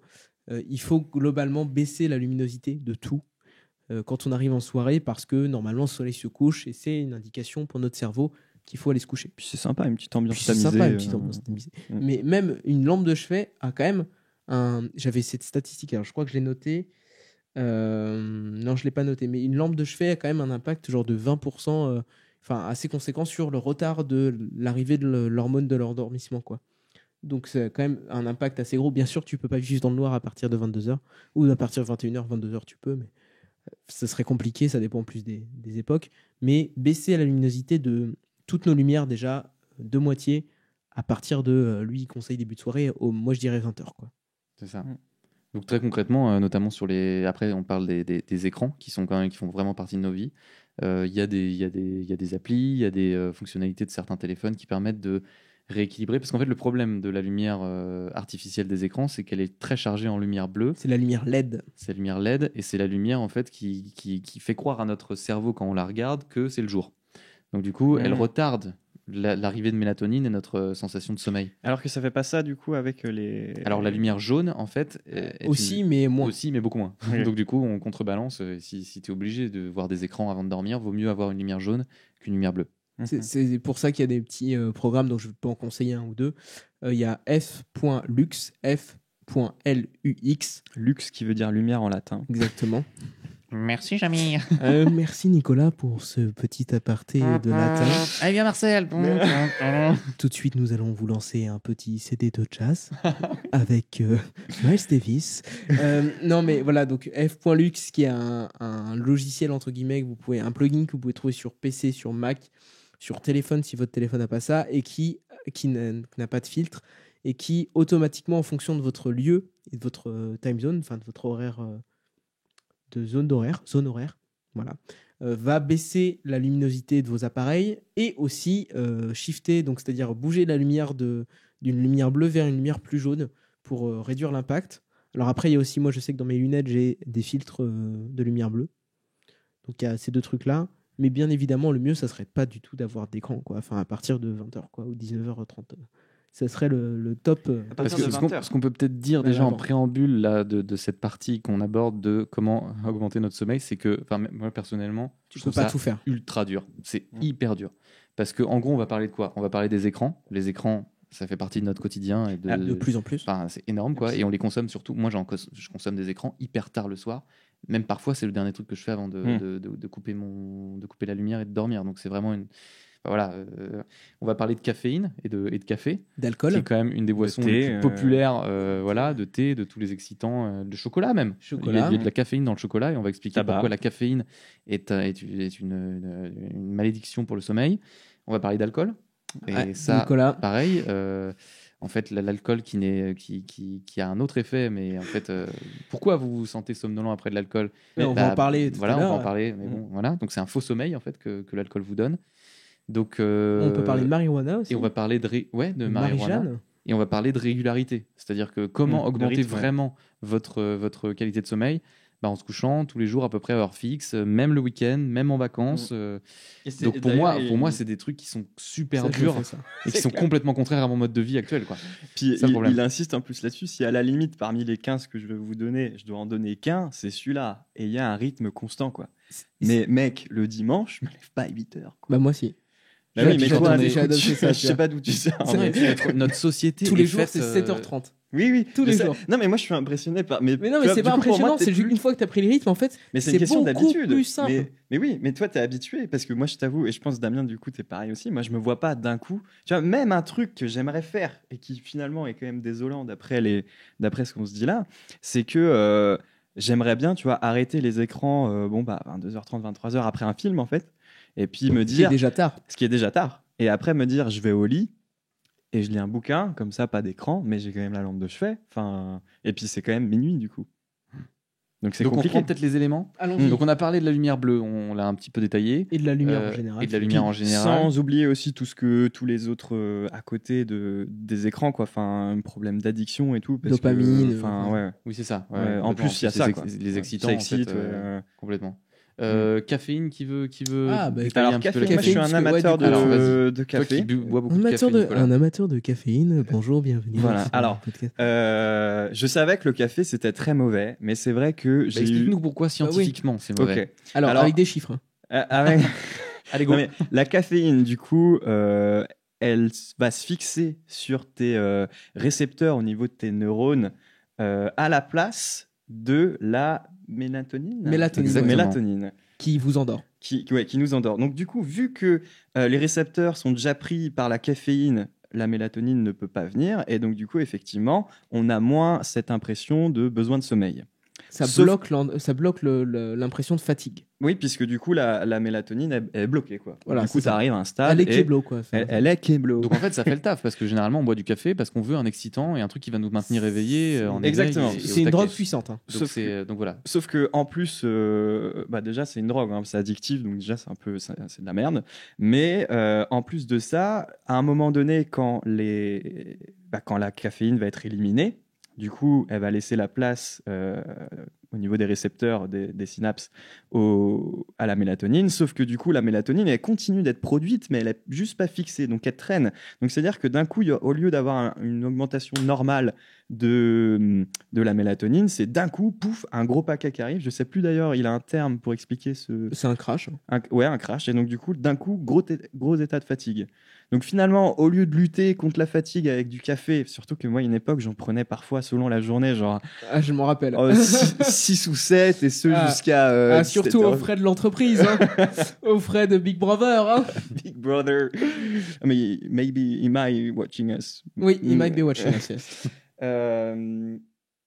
Mais pas que, hein, tu vois, genre très souvent, même au boulot, quand je gardais des enfants en centre de loisirs, en plus, tu as des journées de 9h30, t'es content de voir tes collègues, donc le soir ça traîne aussi. Donc les nuits, elles sont vraiment pas reposantes, donc t'as tendance à effectivement beaucoup en boire. C'est un cycle pervers. Le problème du café, en fait, c'est aussi que en fait, on a tendance à en boire vachement tard dans la journée. En plus, et qu'en fait, si vous voulez vraiment limiter les effets nocifs du café et puis que ça impacte pas trop ton rythme, c'est le matin, quoi, il faudrait en boire le matin, le dernier vraiment à midi, quoi. Le dernier, en fait, ça reste quand même 12 heures dans ton organisme. Oui, et puis ça a une demi-vie.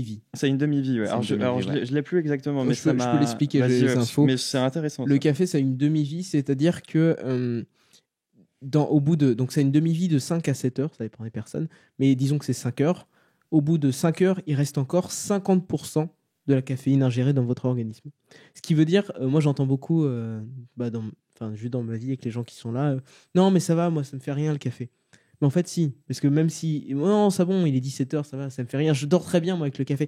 Même si tu t'endors, en fait, derrière, le café a des effets vraiment nocifs sur ta qualité de sommeil. Alors, je crois qu'il y a Alors, je peux l'avoir faux, parce qu'il y a beaucoup de nombres. Mais il me semble que c'est un truc comme 30% de qualité de réduction dans la qualité de ton sommeil s'il reste trop de caféine dans ton système, quoi. Et c'est pas juste, j'arrive à m'endormir. Ça, c'est une chose, de s'endormir, super. Super, tu arrives à t'endormir, mais derrière, tu peux avoir des petits réveils, des micro-réveils, tu peux avoir des interruptions de tes cycles de sommeil et tout ça. Et donc, si tu bois un café à 15h, disons, et ben en fait, prenons 7 heures, au bout de 7 heures, il reste 50% de ce que tu as bu en café dans ton système. Et il faudra 7 heures de plus pour l'éliminer complètement. Pour l'éliminer. Et ça, c'est un café, quoi. Et ça, mais ça, c'est peu importe la quantité de caféine. Oui, mais je veux dire, donc, même un café, ça te... Ah bah un café, il te restera la moitié d'un café. De toute façon, on voit l'effet que ça fait juste un café sur l'organisme. Hein. Ça te booste à fond, donc en fait, il n'y a pas besoin d'en boire des litres pour... À savoir que je prends un déca, ça marche pas non plus. Hein. Ouais, il y en a quand même du café. Parce qu'il y a 15 à 30% de caféine dedans. Et en fait, la caféine est présente dans le café, mais aussi dans le thé. Sous forme de théine, Sous forme de théine, mais c'est à peu près la même molécule. Dans le chocolat. Ça fait mal, mais c'est là aussi. Faut pas manger le chocolat noir. Chocolat par exemple, est-ce que boire un chocolat chaud un peu sucré en soirée, c'est ouf ou pas? C'est pas ouf parce que moi j'aime beaucoup ça, mais c'est pas ouf parce que t'as envie de pisser. Ah si, la nuit. Ouais, ça peut participer à cette envie-là. Comme n'importe quel liquide, finalement. Comme n'importe quel liquide. T'as du sucre aussi. Donc le sucre, ça réveille. Bah, il faut bien le gérer, mais le sucre, c'est un excitant. Hein. Okay. Globalement, d'ailleurs, il dit qu'il ne faut pas trop manger. Moi, je mange énormément le soir, c'est une catastrophe. Donc, tu as du sucre et tu as le cacao derrière avec de la caféine aussi. Quoi. Ok, donc c'est finalement vraiment pas ouf. Et puis, dernier truc à dire sur le café aussi, c'est que, en fait, à force d'en prendre, forcément, on a l'impression que c'est nécessaire. On a une tolérance. Et ça devient, la tolérance augmente. C'est comme avec n'importe quelle drogue. En fait, le système s'habitue. Et le souci, c'est qu'au bout d'un certain temps d'addiction, on se voit pas fonctionner sans. Et ça, généralement, quand on met un truc étranger dans son corps et qu'on se voit pas fonctionner sans, c'est que ça pue. Ouais, quand même. Ça sent pas bon. Hein. Ça sent pas bon. Et ce qu'il explique, en fait, c'est que du coup, en fait, on va toujours devoir augmenter les doses ou en tout cas les maintenir pour se sentir optimal, c'est-à-dire dans notre forme normale pour traiter la journée qui se passe, quoi. Et en fait, finalement, à force de boire du café, ce seuil va baisser, ce qui fait que si vous ne buviez pas de café, vous seriez de toutes les manières plus efficace qu'en buvant un café, histoire de vous de revenir à ce niveau d'optimal, quoi. Plus vous avez besoin de choses pour fonctionner, plus derrière, en backstage, ça se casse la gueule. Enfin, plus vos récepteurs sont du coup résistants, plus votre état de fatigue s'accumule. Enfin, tout ce qui est derrière, c'est vraiment pas bon, quoi. Donc, si vous êtes à 2, 3, 4, 5, 6 ou 7 café par jour. Du coup, question Nicolas. Comment t'as fait ta consommation de café, Eh ben, écoute, elle était de combien avant de commencer le bouquin et Alors, maintenant elle est combien Voilà, Le truc, c'est que tu vois, là, en ce moment, même pendant que je lisais le bouquin, j'étais pas en période d'activité. Donc, si tu veux, j'étais. Parce que, comme je te le disais, quand on bossait ensemble, ou même quand je travaillais en centre de loisirs avec des grosses journées, alors là, par contre, on atteignait genre 6 cafés, quoi. Au moins, hein. Alors que quand c'était des journées assez classiques, quand j'allais en cours, ce genre de choses, bon, bah, je me prenais 2 cafés dans la journée, un le matin, un grosso modo le midi, l'après-midi en général, non. Et là, maintenant, du coup, je me dis, bah, plus de café, ou de temps en temps, je m'en fais un, pour le goût en plus, tu vois. Parce que celui que j'ai, il est plutôt pas mal. Mais j'ai envie d'arrêter à terme et aussi D'arrêter, tu veux dire de stopper le café tout J'ai envie court d'arrêter de lire le bouquin. Je me dis, bah, on va J'ai envie arrêter ça. d'arrêter de lire le J'ai bouquin. envie d'arrêter de lire parce que. Il en a fait, fait flipper, direct. Non, mais tu sais, à la limite, prendre un thé ou se dire, j'en ai pas besoin finalement parce que j'ai réussi à caler des super rythmes de sommeil. Donc le café, pas besoin. Ça serait génial. Après, ça va mettre un peu plus de temps. Mais là, je suis très content puisque effectivement, je suis à un café par plaisir. Et à Voilà. quelle heure Bah, du coup, on va dire à midi, quoi. Ok. Ouais. Après, tu vois, je vais reprendre le boulot la semaine prochaine et lever vers 7h. Donc peut-être que les premiers jours, Bon, un Bah, café, quoi. Moi, dans ce cas-là, je te conseillerais ça. C'est ce que je fais en ce moment et ce que je fais depuis un moment. J'aime bien le café. Voilà, juste comme toi, le goût, le truc. Et après, en modération, c'est pas quelque chose qui est mauvais pour toi. C'est même plutôt des bénéfices pour ta santé. Moi, j'en bois un le matin. Voilà. Je me permets aussi d'ajouter que même d'un point de vue écologique, je sais pas quelle cafetière tu as, mais moi j'ai celle où du coup tu mets chaque dosette un café, quoi. Ah oui, oui. Donc même aussi d'un point de vue écologique, je C'est me pas dis ouf. à la limite faire un café, on va faire à l'italienne, quoi. Ce serait pas mal. Donc voilà, changer un peu la consommation et pour ma santé et puis pour ma conscience écologique, quoi. Et toi Moi, je bois pas de café, j'en ai jamais bu. J'aime pas ça. Je trouve que. Non, mais j'aime. Pour le coup. Non, mais Non, en mais fait, ça j'ai de la va chance. quitter les J'ai de la lieux. chance, c'est que j'aime pas trop le goût, que ça me fout les dents jaunes. J'aime pas. J'aime pas la laine que j'ai avec le café. Et en plus, ça m'a jamais vraiment c'est donné le mignon. coup de boost tant espéré que Ouais. je voulais. Du coup, Je il prend de la préfère un coke. jus. Voilà, radical. Et pour le sommeil, c'est très bien. Non. Donc en fait, non, pour le coup, le café, moi, c'est pas. Et Après, je coche toutes les autres cases, vous rassurez-vous, Ah. de tous les trucs qui pourrissent notre sommeil au quotidien. Et le Là, thé, il n'y a pas de problème. tu bois du thé ou pas Je bois du thé. Ok. Ouais, bah je voilà. bois du thé. Et J'en alors, bois tu le fais comment matin. avec le thé? Le matin, ok. Et j'en bois le matin et c'est tout, généralement. Ouais, parce que. Ouais. Non, là-dessus, c'est le seul truc où je me dis, tiens, bah en fait, j'avais déjà. Ça va, tu vois. Mais le Un reste. bon point. Mais Rien que pour parler des écrans, en fait, on en a pas trop parlé tout à l'heure, on a parlé des effets négatifs et tout, mais est-ce que vous, par exemple, vous verriez arrêter de mater un film, jouer à un jeu vidéo, checker vos mails et vos réseaux sociaux et tout, immédiatement avant de dormir? Alors, oui. Enfin, c'est compliqué, mais les réseaux sociaux, c'est sûr. De par la nature de ce que je fais, j'arrête à partir de. J'essaye autour de 20h de plus y aller, plus répondre aux commentaires, plus checker des trucs.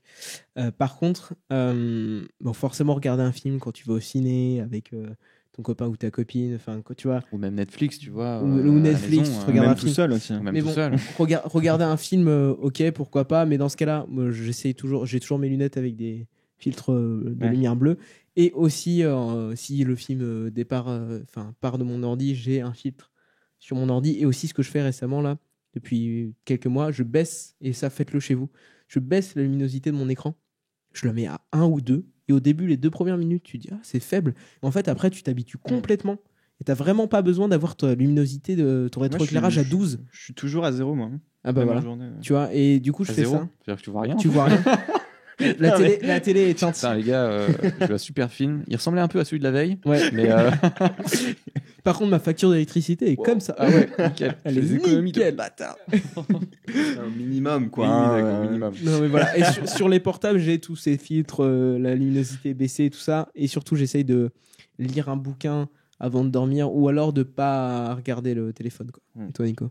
Eh ben, écoute, c'est vrai que maintenant, alors, je fais de la merde, par contre. Je suis pas sur mon téléphone. Bon, admettons, je finis mon. Non, mais je me perds un peu, mais là, du coup, c'est les vacances, donc j'ai pas non plus un rythme hyper agréable. En plus, je suis quelqu'un qui, en ce moment, d'ailleurs, jouait à The Last of Us. J'aime bien. Alors, The Last of Us. J'aime bien. Nouveau podcast, c'est reparti. Salut les gars, ça va? Ouais. Alors, je vais demander de ça jouer à sera un peut-être, jeu. ça sera peut-être le sujet d'un prochain podcast. Oui, mais carrément. d'ailleurs, ouais, est-ce que On ça. pourrait pas se fixer ça. Ah, peut-être. On verra à la fin. Ouais. Mais ouais, donc du coup, tu vois, pour ce genre de jeu, je me dis, bah, j'ai envie de. Je ritualise mon moment. La télé, bah là, je suis en coloc, donc on la partage. Donc du coup, j'attends. que Une mon moitié coloc- chacun. Split screen. Ils ont mis un drap au milieu, comme quand tu jouais en coop. Ah oui, c'était énorme ça. Mais donc du coup, en ce moment, je me couche tard. Mais pour un rythme classique, on va dire, j'ai tendance à regarder un film. Quand je vais reprendre le boulot, ça va être ça. Je vais regarder le film jusqu'à, allez, on va dire 23h. Je mets mes alarmes. Je check plus par contre les réseaux sociaux. Mais par contre, donc soit je lis un bouquin, ou soit j'essaye de m'endormir direct. Mais par contre, souvent, et je le fais depuis très longtemps, je mets un fond sonore sur mon téléphone. Donc je mets vite fait la vidéo, hein, tu vois, c'est avec les Pink Floyd par exemple, ce genre de choses. Mais je m'endors devant, quoi. Ok. Donc je ferme les yeux si tu veux. Même des fois je vais mettre une émission, un documentaire, un truc comme ça. Juste, surtout pour le son. cheval sauvage, dans son état. Les méthodes de reproduction de l'hippocampe fou. Non, ça je regarde. Mais et donc du coup, Ah là, je suis concentré. Allez, pas de problème. tu vois, du coup le son me berce. Mais je suppose, enfin même si je regarde pas l'écran, je suppose qu'avoir un son. Tu vois, je suis réveillé le matin par un connard de pigeon qui est là tout le temps. Ça, je te jure, regagner la ville, c'est un truc de ouf. Genre, j'avais oublié ça. Non, mais vraiment, je me Le bats avec. pigeon de chez Nicolas. C'est un petit con. S'il est là, bah, Toujours le même, hein, c'est toujours le même. Hein. Incroyable. Tu C'est. fais Nicolas. Mais je crois qu'en tout cas, ce que préconise le docteur dans son livre, c'est déjà en fait de n'aller se coucher que quand on a la sensation Fatigué, ouais. d'être fatigué, parce qu'il ne faut pas que le lit devienne l'endroit, et moi je tombe complètement dans cet écueil-là, l'endroit de 1000 activités géniales, tu vois, où en fait tu vas dans ton lit, mais bon, tu vas lire un bouquin, écouter un truc, mater un Manger film, une pizza. manger une pizza, faire du paddle, enfin, tu vois. Et en fait, moi, je sais que je tombe dans cet écueil-là. Et en fait, l'idée, ce serait vraiment, il faut que notre corps et notre esprit associent la position horizontale dans un lit et la chambre à un espace de repos, quoi. Et même une question d'habitude, hein, c'est marrant puisque ça me parle par rapport au bouquin qu'on avait lu là sur les habitudes. C'est vrai que quand ta chambre c'est un espace dodo, bah du coup tu trouves le sommeil beaucoup plus simplement. Parce que moi initialement j'ai un bureau dans ma chambre. Là, elle est trop petite, donc je peux pas. Je laisse le bureau dans le salon. Bon, là, je dors dehors. Mais Je laisse le bureau dans le salon, mais du coup, j'associe pas ma chambre. Effectivement, c'est mon lit, quoi. Ouais. Avec des armoires, mais. oui, complètement. Mais c'est ça, c'est un espèce de rituel. Faut voir un rituel avant. Ouais. Et c'est ce que j'allais te suggérer. J'essaie de le faire. Je le fais pas tout le temps, mais j'essaye en ce moment. Si tu commences pas ton film, ta série, ton truc trop tard, ce qui des fois tu te fais attraper par le temps, c'est comme ça. Mais si tu le commences pas trop tard, de caler 10, 15, 20 minutes de lecture Mais dans avant ton d'aller lit te coucher. ou dans ton salon.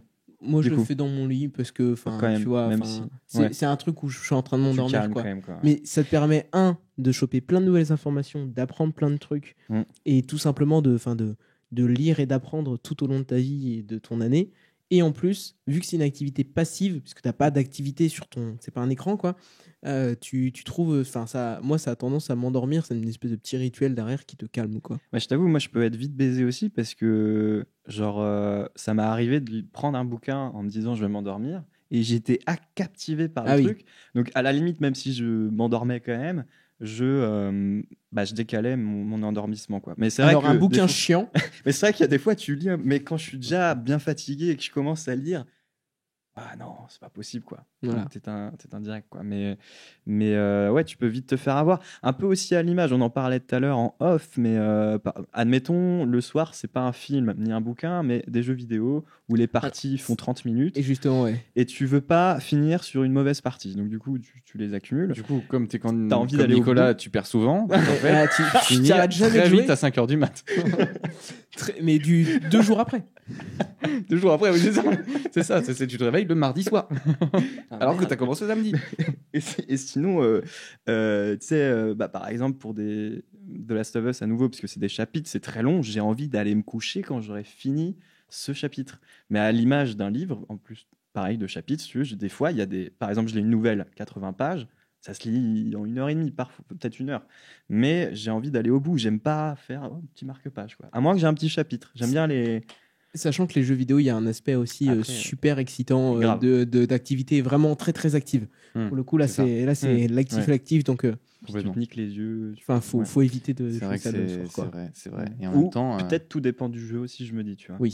C'est sûr que si tu joues au dernier Call of ou un truc comme Oui, ça, voilà. C'est ça. Bah, là, quand j'étais vite chier Mm. et tu vas te coucher, quoi. quand j'étais jeune, je jouais pas mal à Call of en ligne. Putain. Ah ouais, perdu non, mais du là, temps, là. et puis tu t'excites, tu Mais- rages. ah ouais, non, mais ouais. Alors ça, c'est vraiment le truc. Tu te couches à pas d'heure parce que tu on t'enchaînes les pourra parties. faire un numéro et tout. sur les jeux vidéo Complètement, sur- ça pourrait être intéressant. Du coup, on a parlé des écrans, on a parlé de la caféine, il nous reste l'alcool. Ah, et on a l'alcool. Et moi, j'aurais bon, les somnifères aussi derrière. Ah oui, des somnifères, ok. Bon, bah moi je fais l'alcool Vas-y. rapidement. Prenons le temps, allons-y, parce que là, il y a beaucoup de choses à dire. Ouais, c'est sûr. Bah, alors l'alcool, bon, le problème avec l'alcool, c'est que C'est bon, non on a l'impression que ça nous aide souvent à nous endormir. Oui. D'ailleurs, il y a pas mal de gens qui arrivent à trouver le sommeil aussi comme ça, ils ont des crises d'insomnie, et l'alcool permet de tomber dans le sommeil plus vite. Sauf qu'en fait, c'est un faux ami, l'alcool. On a l'impression que ça nous fait tomber dans le sommeil plus facilement et que c'est réparateur. Pas du tout. En fait, l'alcool n'agit pas comme un stimulant au sommeil, mais comme un sédatif. C'est-à-dire qu'en Et gros, ça, c'est comme c'est si pas vous ouf, foutiez un gros coup de poing à votre cerveau en disant « Tu vas te calmer maintenant !» Donc, c'est pas du tout un sommeil réparateur qui va ensuite nous donner des cycles de sommeil profond, paradoxal, donc non REM, Ouais. REM, C'est ce pertinent. Bah, il disait carrément même que l'alcool, à la limite, il avait un impact effectivement sur le sommeil NREM, donc c'est-à-dire profond, pas celui où l'on rêve. En revanche, il t'annulait. c'est un bloqueur, tes phases de rêve et donc de Complètement. créativité, d'anticipation, d'émotion et tout. En fait, il agit comme un anesthésiant, l'alcool. Et c'est d'ailleurs pour ça qu'il nous rend pas mal de services des fois, parce qu'en fait, il va anesthésier une zone dans notre cortex préfrontal qui en fait gère tout ce qui est les émotions et notamment nos barrières émotionnelles ou choses comme ça. Donc en fait, il va inhiber aussi, sauf que du coup, il va aussi anesthésier plus globalement tout notre cerveau. Et on va vraiment passer une sale nuit avec des micro-réveils, avec un sommeil pas réparateur. Même et c'est souvent ce qui même si tu explique- t'en rappelles pas. Même si tu t'en rappelles Ouais, pas. mais moi, je me réveille pas. Si, enfin, tu t'en rappelles juste pas. Mais Oui, c'est ça, tu as des micro-réveils non conscients, quoi. Et surtout, ça explique la sensation du lendemain qu'on a beaucoup quand on prend une cuite ou qu'on a bien bu la veille, c'est qu'on a l'impression de ne pas avoir dormi et qu'on va passer une journée horrible le lendemain et c'est la gueule de bois, quoi. Mais tu vois, en plus à lire ce bouquin, à l'époque où du coup je n'étais pas forcément ivre, mais je n'étais certainement pas en état de conduire, le lendemain, tu vois, même si j'avais une nuit de 9 heures, je me sentais fatigué. Et je me dis, mais j'ai dormi 9 heures, je comprends pas. Parce que bon, ça Oui, doit être l'alcool. il était encore bourré. Mais J'ai non, dormi non, 9 heures. non, non. Je Mais non, comprends mais pas. Du coup, tu te dis à lire le. Ah ouais, donc du coup, en fait, vraiment, là, je pense que c'est parce que du coup, il t'explose. Enfin, t'as même pas de rêve, t'as même pas ce moment-là où du coup, ton cerveau crée des connexions. Que du coup, en fait, c'est ça aussi qui crée ton état de fatigue lamentable. Mais c'est parce que finalement, limite, c'est l'effet aussi que t'as quand t'as une petite nuit. Mais que t'as pas forcément bu, mais du coup, tu dors 6 heures. Mais tu te réveilles pendant ou juste avant ta phase de réveil. Et tu te sens mais claqué, quoi. Et t'as aussi ce truc on en a pas parlé, mais rapidement, notre cerveau la nuit nettoie, entre guillemets, notre cerveau est nettoyé par plein de choses dans notre corps qui viennent décrocher tous les petits. J'ai pas des termes techniques, mais tous les petits trucs qui sont développés, qui sont nocifs. Notamment sur les cellules cancéreuses, on a il appelle ça agent X, je crois. Oui, les agents nettoyeurs. Les agents, ouais. bref, quelque chose qui vient aussi nous protéger en soi. Parce qu'il faut savoir qu'en fait, on crée tous des cellules cancéreuses Tout le temps. les jours, Ouais. quotidiennement, mais on a des cellules dont le taf, c'est justement de purger toutes ces cellules-là. Et ça arrive la nuit. Et ça arrive la nuit. Ouais. Et donc, petite nuit, mauvais sommeil, tout ça. Et l'alcool bloque aussi tout ça et inhibe tout ça, puisque comme tu disais, ça agit comme un anesthésiant, un sédatif, et on ne retrouve pas du tout les courbes de sommeil. Donc en fait, on dort pas, on est juste comme si on t'avait filé un sédatif et que tu étais à l'hôpital. Anesthésié. Comme ça, et donc tu récupères pas, ça nettoie pas entre guillemets ton cerveau, et toute cette phase d'apprentissage. Et du coup, je vais sortir un petit exemple qui est ultra intéressant à tous les étudiants et qui regardent. Donc, faut pas faire des petites nuits pour réviser, mais faut pas aussi se dire j'ai révisé pendant 3 jours. Bon, là c'est le dernier soir. Après-demain, demain ou après-demain, c'est l'examen. Je peux me relax, ça va me permettre de mieux dormir. Je vais aller avec mes potes boire 2-3 coups, pas trop, mais juste boire 2-3 bières parce qu'on l'a bien mérité. En fait, non, le faites pas parce que ça a vraiment un effet super hardcore sur votre mémoire. Alors, j'ai peut-être des chiffres ici, mais il nous disait que, en gros, si tu as beau avoir révisé et bien dormi pendant 3 jours, si tu bois après, globalement après midi, il te reste de l'alcool dans ton corps et ton sommeil va être perturbé et tu peux perdre jusqu'à 60% de ce que tu as appris C'est énorme. le lendemain. Et donc ça, c'est prouvé par plein de recherches qui citent et tout ça et qui l'expliquent. Et donc, il dit à ses étudiants, si vous voulez, avant mon examen, aller boire un coup pour fêter la fin de vos révisions, buvez un coup à 10h du mat. C'est ça. C'est ça. En fait, il parle de. C'est pas pareil que pour le café, quoi. En fait, finalement, il dit bon, j'ai un peu honte de donner ce conseil et c'en est pas vraiment un. Mais en gros, le meilleur moment de la journée pour consommer du café et de l'alcool, bah, c'est 10h du mat, quoi.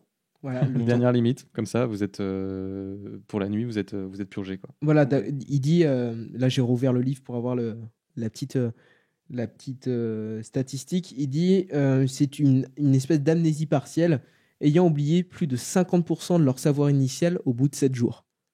Pour le panel des étudiants Pour le testés. panel des étudiants testés qui avaient bu, quoi. Et c'est vraiment un truc. Bu en plus, mais 2-3 bières, quoi. C'est même pas. Une C'est prise d'alcool, quoi, c'est ça. Juste une bière, un Ouais. verre. Parce que c'est ça aussi, c'est ça qui est assez terrible, moi, et qui m'a vraiment fait mal quand j'ai lu le bouquin. Un verre. C'est que on peut toujours se dire, oui, donc d'accord, je bois régulièrement de l'alcool, mais je ne prends jamais de grosses cuites. Donc voilà, en fait, il suffit d'un verre, ou il suffit d'une tasse de café, il suffit d'une prise pour foutre par terre vraiment des efforts, quoi. Et ça, c'est assez déprimant quand Et même. là, il dit même jusqu'à 3 nuits après l'apprentissage. Malgré 2 nuits de sommeil de complète. Ah oui, en gros, si tu as bu un verre à la fin de tes révisions, tu as des effets jusqu'à 3 nuits après, même si tu dors les 2 nuits suivantes parfaitement. C'est un truc de fou. Donc, si tu bois un verre dans la semaine, ou tu bois 2 verres dans la semaine, un tous les 3 jours, tu as grillé ta semaine, en gros. Pas grillé, hein, mais tu as tous ces effets nocifs pendant toute ta semaine. Ouais, donc c'est quand même assez impressionnant. Est-ce qu'on peut parler des somnifères, Allons-y. Corentin? Allons-y. Ces jolies petites pilules sympathiques, Oui. ou pas du tout sympathiques, ouais. tu vas nous le dire. Bon, j'en ai pris un petit peu, mais c'était avant de connaître tout ça. Pour le coup, les somnifères, c'est principalement une industrie. Hein.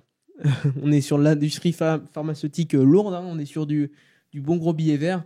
Et globalement, c'est la même idée que l'alcool, c'est-à-dire que c'est un sédatif, un anesthésiant, et que ça ne vous aide pas du tout à dormir. Enfin voilà, on revoit les mêmes effets.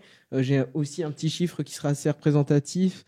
Ça peut être même, notamment, ça vous apporte pas les effets du sommeil, donc tous ces trucs d'apprentissage, tout ça, mais ça peut même être nocif activement, c'est-à-dire que sur certaines études, ça baisse les connexions neuronales effectuées, donc c'est-à-dire tous les nouveaux liens, les souvenirs et tout ça, de 50%. Donc ça fait le travail inverse. Ça fait le travail inverse. Putain.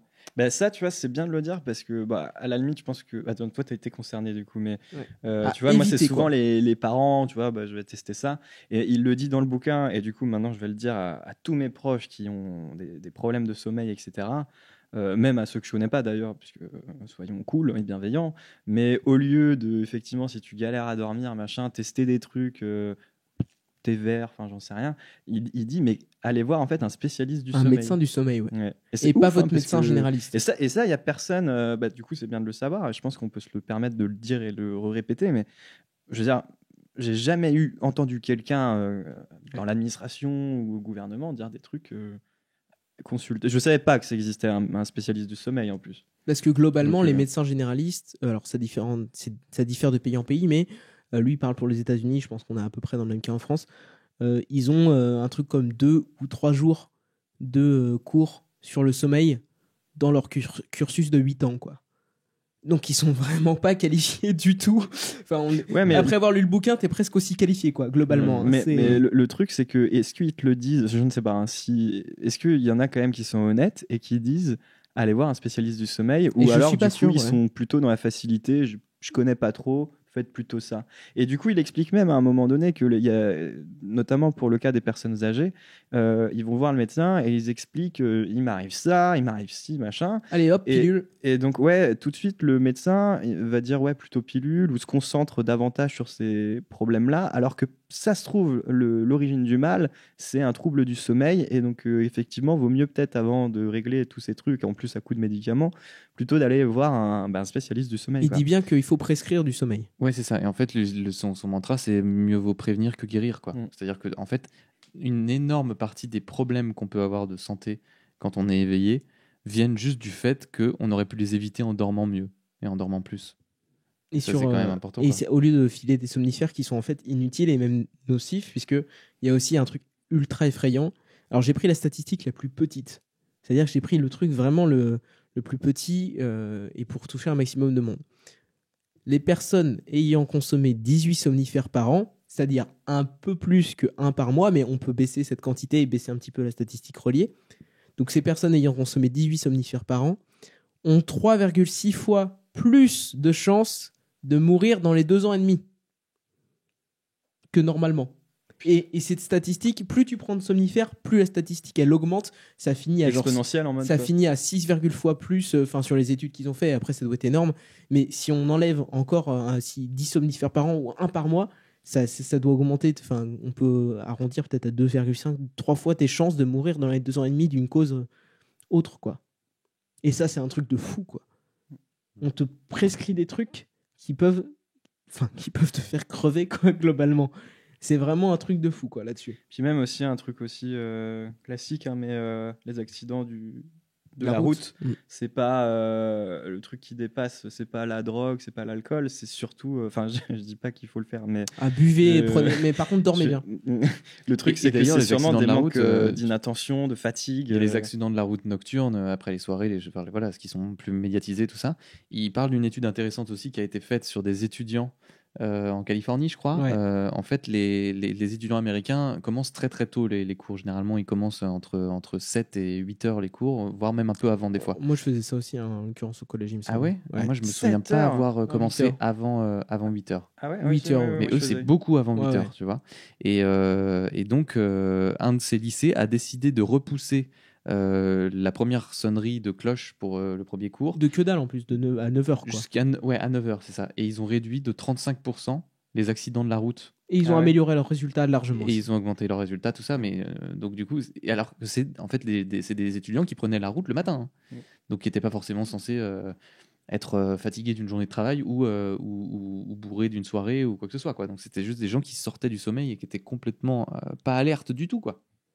Et ça nous amène bien vers justement, il parle du coup d'un des derniers facteurs qui fait qu'on dort mal, c'est notre rythme en tant que société. Vous vouliez pas aussi parler de Marie-Jeanne ? Ah si, on peut rapidement. Oui.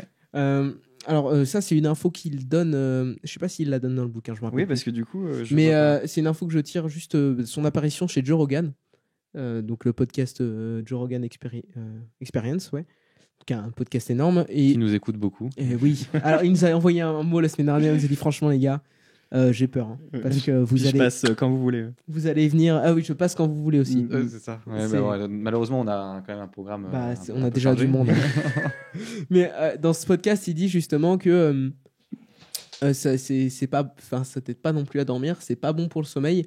Et que si ça a des effets, c'est-à-dire qui coupe un peu une partie du sommeil pour aller direct dans le sommeil profond, c'est très nocif parce que tu as besoin de cette partie du sommeil des rêves, en fait. Ah, ça te coupe aussi le truc. Alors, il y a quelques études qui cherchent là-dessus, mais très peu encore parce que c'est encore très illégal un peu partout. Mais en gros, globalement, ça t'aide pas à dormir et c'est pas bon pour ton sommeil. Voilà, c'est ce qu'il dit aussi. Donc, ça se point très rapide là-dessus, quoi. C'est ça. Et du coup, pour aborder la dernière petite partie de notre, c'est vrai que on a parlé un peu des horaires là de cours aux États-Unis. Et en France aussi. Mais en France c'est pareil. C'est vrai que la dernière partie de son bouquin est consacrée au fait que en tant que société, on est dans une société qui a complètement banni le sommeil. D'ailleurs, il y a des chiffres qui sont assez impressionnants.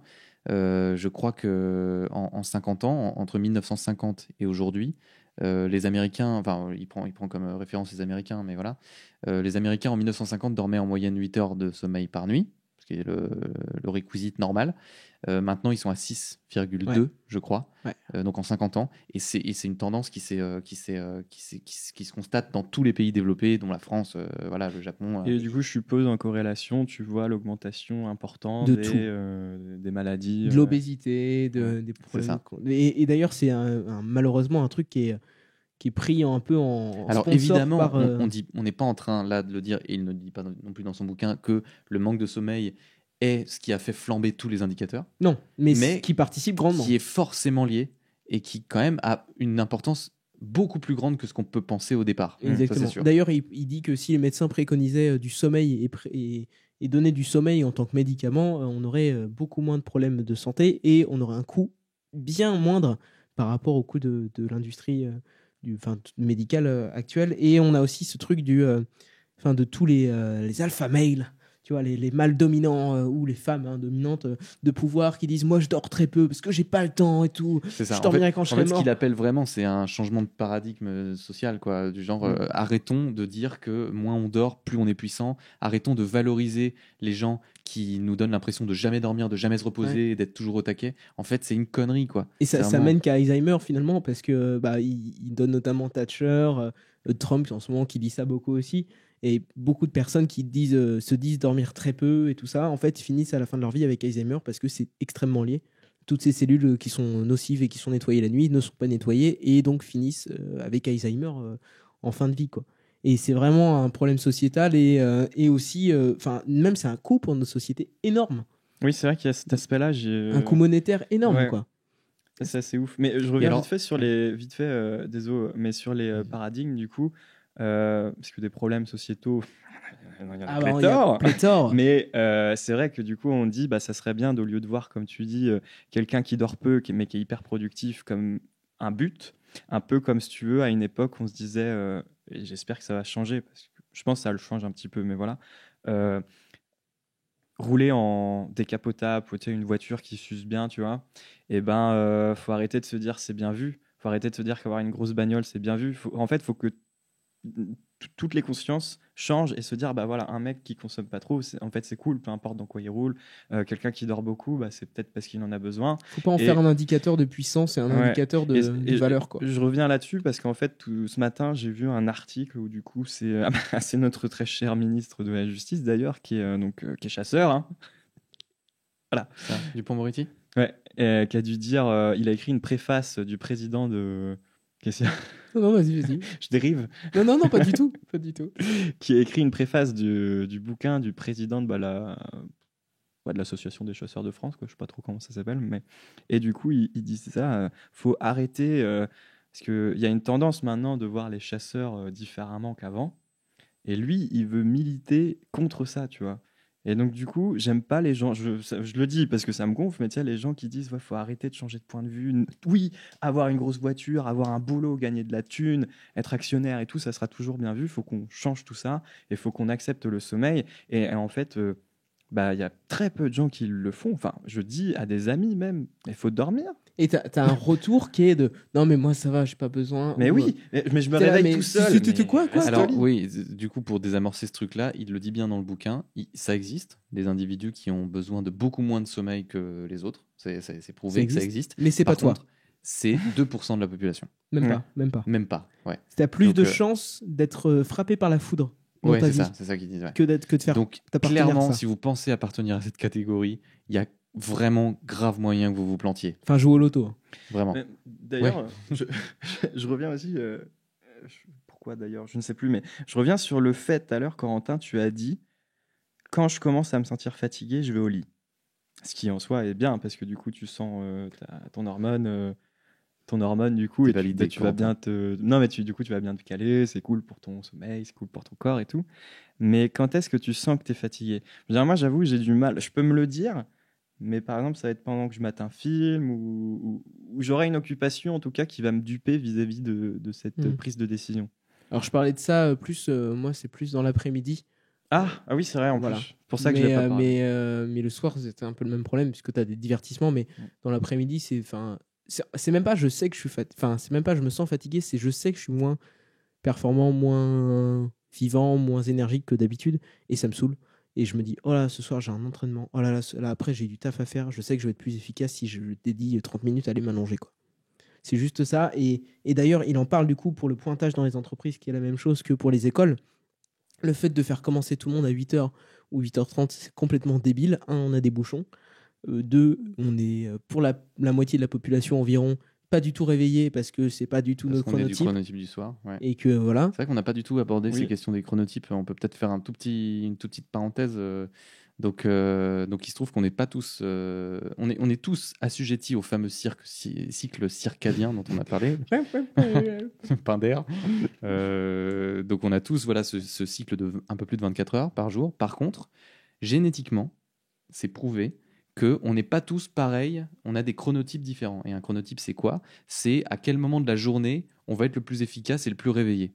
Et alors, je crois que les statistiques qu'ils donnent, c'est qu'il y a à peu près 30% des gens dans le monde qui sont dans le chronotype du matin, c'est-à-dire qu'ils vont se lever tôt, ils vont se lever vers 5-6 heures du matin, ils vont être opérationnels à 7 heures, ils vont faire du bon boulot, ils vont être au taquet.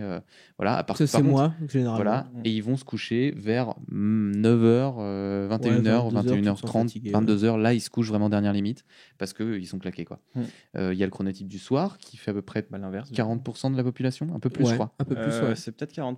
Je sais plus, c'est 30 et 40. C'est ça, en fait, c'est donc 30% le matin, 40% le soir et 30% dans un entre-deux, pas vraiment très défini, mais qui est plutôt tendance du soir. C'est ce qu'il dit dans le bouquin. Et donc, du coup, voilà. Donc, ça, par contre, c'est-à-dire, moi, je pensais que c'était un mythe, ce truc. Enfin, les gens du soir, les gens du matin, je trouvais que c'était un peu une expression populaire et tout. Il prouve là, dans son bouquin, que, en fait, ça a des. Voilà, génétiquement, on est programmé, en fait. Et on est programmé dès la naissance pour être d'un chronotype particulier. Tu peux pas changer. Tu peux t'adapter, mais tu peux pas changer. Mais en plus, il fait une. Alors, je sais pas si c'est vrai, je suppose, mais en tout cas, c'était intéressant. En tout cas, c'est peut-être une thèse qu'il avance, mais du coup, il explique que ce truc-là, naturellement, est venu parce que à l'époque, on était encore, par exemple, des tribus qui devaient se protéger la nuit des prédateurs. Vu qu'il y en a qui étaient du matin et d'autres du soir, plutôt, il y avait moins de temps de moments où il y avait personne pour surveiller, puisque du coup, il y en a qui se réveillaient plus tôt, alors que d'autres allaient se coucher plus tard. C'est un rôle évolutif. Alors, est-ce que c'est ça, tu vois, je me rappelle plus si c'est sûr ou si c'est juste une thèse, mais en tout cas, si c'en est qu'une, ça a l'air d'être en tout cas très intéressant et sûrement ça.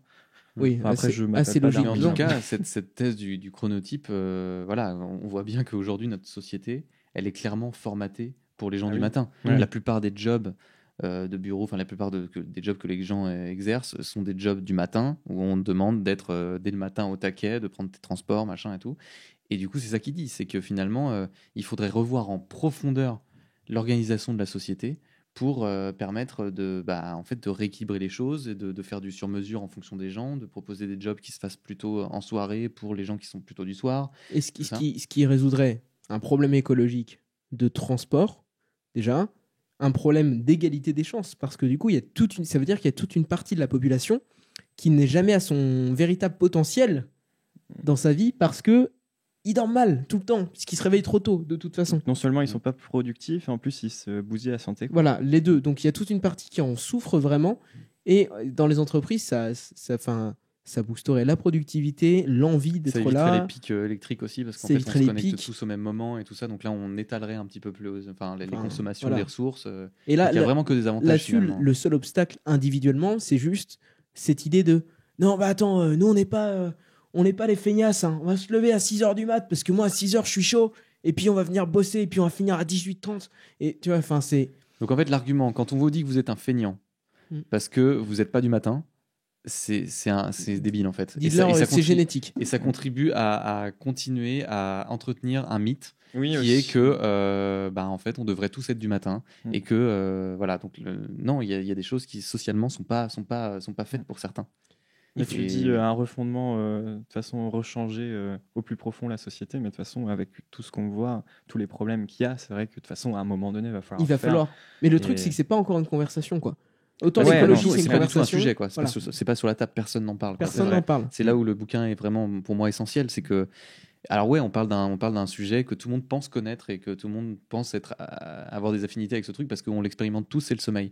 Mais en fait, on se rend compte qu'en fait, il est jamais adressé par les politiques, par les gens qui prennent des décisions, par les gens qui organisent. Ils vont même à l'encontre, souvent. Et souvent, c'est incohérent.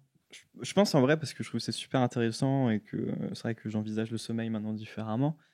J'aimerais bien qu'on, pas forcément tous ensemble, mais limite, pourquoi pas qu'on appelle le secrétariat du ministère de la Santé. De la Santé, hein. Et pourquoi pas, genre des hôpitaux ou des docteurs, voir un peu aussi ce qu'ils en pensent, parce que Ouais, on pourrait faire des recherches là-dessus aussi, ouais. Parce que je serais vraiment curieux de. Mais alors, je te préviens, ça va être énervant. Parce qu'on va avoir des réponses en face qui ne vont pas du tout être adaptées. Et surtout, Ouais. même lui, en fait, écrit dans son bouquin qu'il passe pour un uluberlu, Ouais. que en fait, Ouais. bah, il y a évidemment plein de gens qui reconnaissent son travail parce que c'est prouvé scientifiquement. Et Puis qu'il a de toute fait façon, 20... ça fait 20 ans qu'il fait ça, pas il n'est de pas tout douter. seul. Hein. Mais il dit lui-même qu'il est très peu populaire quand même quand Mm. il donne ses Mais c'est conférences. parce que du coup, dès que tu apportes des idées à contrepenser, bah, t'es Ouais. toujours comme ça. Et hein. paradoxalement, il est très peu populaire, mais il est très, par contre très embauché par toutes les ligues qui tirent de l'argent de leurs joueurs, qui ont besoin de sommeil pour Ouais, il a tirer. travaillé avec la NASA, il a travaillé avec des équipes de foot ultra reconnues dans le championnat anglais, la NFL, comme tu disais. Donc, Et c'est presque un moyen de contrôle finalement le sommeil. Ça devient presque politique quoi. Si ça vous dérange pas, je vous propose de finir sur ces et de commenter rapidement, ces conseils justement maintenant qu'on a tout expliqué, pas tout, mais il y a énormément de choses qu'on a. j'ai un truc à vous proposer Vas-y. avant, c'est que moi, il y a tout un tas de petites anecdotes. Ah vas-y, des Euh, petits chiffres. Ou des petites anecdotes, des trucs qu'on ne connaît pas forcément sur le sommeil, qui sont un petit peu rigolos, mais qui sont vrais, que j'ai noté, et je me dis que peut-être vous en avez vous aussi en tête. Vas-y, ça nous fera penser. Alors notamment, donc on apprend dans le bouquin que comment il s'appelle, Thomas Edison, donc le chercheur inventeur de C'est quand même le de réseau l'électricité en fait, tout simplement quoi. Alors, La il première l'aurait ampoule, peut-être volé à Tesla, mais ouais, c'est ça. en tout cas, reconnu. Un inventeur reconnu. Lui-même, en fait, connaissait les bienfaits du rêve et lui-même savait que dans la période de rêve, donc de sommeil REM paradoxal, il était vachement créatif et il appelait cette période-là l'intervalle du génie. Et ce qu'il faisait, c'était rigolo, c'est qu'apparemment, il se mettait sur son fauteuil, il prenait un petit bloc-notes et un crayon, il se mettait sur un fauteuil incliné, il prenait 3 boules métalliques dans la main, en dessous, il mettait une casserole par terre, il se laissait aller au sommeil, et en fait, quand il tombait dans le sommeil profond, en fait, Paralysie atonie des muscles. voilà, c'est ça. Même Et pas bah, juste relâchement. Relâchement aussi, ouais. et bah, du coup, les boules tombaient dans la casserole, le réveillaient, et il écrivait Directement. immédiatement Ouais. les idées qui lui venaient, il écrivait le contenu de ses rêves sur ce bouquin, enfin sur ce bloc-notes pour pouvoir. J'aimerais bien essayer en vrai. Il faut Ça faire donne ça. envie, hein. hein. Ça donne Ouais. envie d'essayer. Dans le même genre, du coup, je vais en partager une autre. Il y a plein de musiciens, forcément, qui ont écrit des choses dans leur sommeil. Dans le bouquin, il parle I can't get no Satisfaction. Voilà, il parle des Rolling Stones, notamment du guitariste qui gardait Ouais. une guitare avec lui en dormant et de quoi enregistrer, et qui s'est réveillé un matin avec un fantôme de riff de Satisfaction dans son sommeil. Oui, parce en fait. qu'en fait, ce qui était fou, c'est que lui, il enregistrait sa nuit. sa C'est-à-dire nuit, qu'il ouais. avait un dictaphone quoi, dans sa chambre, et du coup, il enregistrait le contenu de ses rêves. Et non, c'est pas ça. Non, Non, excusez-moi. C'est que en fait, un jour, il s'est planté et il a enregistré sa nuit. En fait. Il- Et le matin, en regardant toute la bande qui avait défilé, il fait ah ouais, d'accord, j'ai enregistré des heures de mon sommeil. Par curiosité, il a quand même mis play et il s'est entendu fredonner lui-même dans son sommeil le riff qui était un ancêtre de tin, tin, tin, donc voilà, c'est le mythe de la création de On Satisfaction. a la même chose sur Let It Be, je crois, de Beatles. Yesterday aussi. Et Yesterday Ouais. aussi. Alors, niveau petit fact amusant, il y a les oiseaux. Le sommeil des oiseaux. Émis, Ah c'est ouais, ça, ouais, mini ça, hémisphérique. c'est- Qui peuvent C'était dormir. cool hein, parce que dans ce Les bouquin, dauphins on a, aussi font on ça. a appris des trucs sur les animaux aussi. Et... Alors, ils peuvent dormir Super d'une cool. hémisphère à la fois, c'est-à-dire avoir un sommeil hémisphère, REM ouais. d'un hémisphère, pardon, oui, du cerveau à la fois. Et c'est pour ça que les oiseaux dorment sur les fils électriques, par exemple, en ligne, parce que l'oiseau qui est tout à gauche et l'oiseau qui est tout à droite, chacun dort d'un seul hémisphère, et ils se retournent, en fait, au bout d'un moment. On a tous vu ça une fois dans notre vie, ils se retournent parce qu'ils vont dormir de l'autre côté, et tous au milieu peuvent dormir des deux en même temps. Et ça permet en fait à tout le banc d'oiseaux d'être De rester en protégé sécurité, parce ouais. que du coup, ceux une qui sont aux vision, extrémités sont attentifs aux prédateurs potentiels qui pourraient venir mettre en danger avec la colonie. l'œil relié à l'hémisphère opposé. Quoi. Les dauphins font ça aussi. Les poissons aussi. Ouais. Genre Mais pour une autre raison du coup. Ouais, alors eux, du coup, pour rester en vie, ils sont obligés de faire passer de l'eau dans leurs branchies D'avoir un et donc mouvement, du coup quoi. d'être tout le temps en mouvement. Pour maintenir leur fonction vitale de nage Ouais. en fait. Ouais, c'est ça, pour rester en vie. Mais ouais, c'est impressionnant. Pour pas se noyer. Ça c'est fou hein. Exactement. En fait, voilà, Oui, donc ce ils peuvent bouquin, se noyer. il est aussi intéressant parce qu'il est truculent de toutes ces petites anecdotes-là. À sortir en soirée. Et alors, d'ailleurs, pour reprendre un peu ce truc, donc les oiseaux et les dauphins qui ne dorment que d'un hémisphère, évidemment, nous, les êtres humains, on n'a pas ça. Malheureusement. Mais on a un truc qui ressemble un petit peu. Oui, c'est Il quoi déjà explique, c'est la sensation que vous avez peut-être eue si un jour vous dormez en dehors de chez vous, dans un hôtel, Ouais. chez un pote, dans une maison que vous connaissez pas, dans un lit que vous connaissez pas, et vous avez l'impression de dormir que d'une seule oreille. Vous avez l'impression qu'il y a quand même une partie de vous qui reste en éveil, qui reste attentive à je sais pas, un bruit chelou, un truc que vous connaissez pas, voilà. Et ben en fait, c'est un espèce de d'ersatz tout petit de ce que les oiseaux et les dauphins développent vraiment avec des capacités vachement plus fortes que les nôtres, quoi. C'est-à-dire qu'on On a quand vraiment même un cette soleil petite- plus léger. on a cet instinct de conservation quand même et de survie dans un environnement étranger et potentiellement dangereux, quoi. C'est ça. Il y a vraiment plein d'exemples sur les animaux. Les éléphants qui dorment 4 heures parce qu'ils ont eu un sommeil REM beaucoup plus riche, il me semble. Enfin, il y a vraiment plein de. On voit que il y a une panoplie d'espèces qui dorment sur des horaires très différents, mais toutes les espèces dorment. Et Tout- du coup, Tous les finalement, animaux dorment. je pensais, moi, que celui qui détenait le record de sommeil, je pensais que c'était ou le paresseux ou le koala. non. Et non, c'est une chauve-souris, je sais plus. Oui, c'est une chose qui sort 19 heures par jour, il me semble. Ouais. Un truc comme ça. Sacré chauve-souris. C'est clair, gros dodo. Gros dodo. Et comment dormir un peu mieux Et ben voilà, voyons ça. terminons sur les petites. Si vous avez supporté tout ça, vous avez un cadeau. Et oui. Mais j'ai juste aussi un petit truc. Pas encore. Ouais, je suis désolé. Parce Merci, que je me suis. Ouais, ça dure pas longtemps, promis. Non, mais je me suis fait à la réflexion. Enfin, donc, je lisais le bouquin, c'était super intéressant. Et de temps en temps, tu sais, je prenais du recul sur ce qu'il me disait quand il racontait des expériences. Par exemple, les expériences sur les rats, où justement, il privait exprès des phases REM, ce genre de choses. Quand il te parle de plein d'individus, mais là, pour le coup, des hommes et des femmes qui sont scannés en IRM et tout, je me dis, mais combien ça coûte de faire des expériences entre le salaire, les machines, les trucs et tout. Et tu te dis, bah, la R&D, du coup, dans ce domaine-là, je pense qu'elle n'est pas non plus incroyable vis-à-vis de, on va dire, l'astronomie, enfin, l'accélération des particules, tout ça.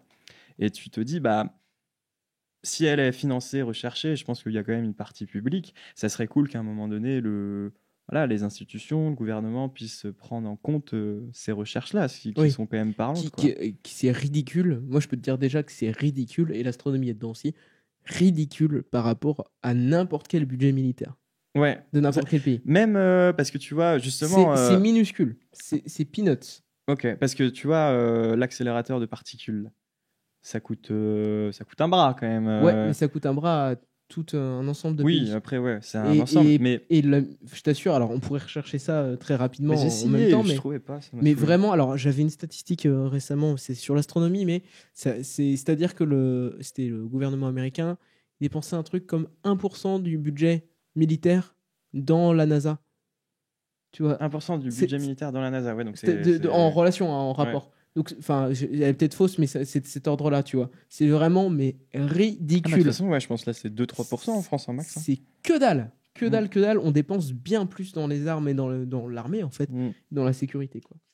Et d'ailleurs, il y a, donc, dernière anecdote, il y a cette fameuse expérience qui est menée sur nous tous, qui est le changement d'heure, Ouais. donc, qui est menée sur quand même, je crois, 1,7 milliard d'êtres humains qui changent d'heure au cours de l'année. Et après Attends, avoir. tu parles solstice ou tu parles Ouais, enfin, quand on perd voyage une heure, quoi. Non, Ok. quand on perd une heure.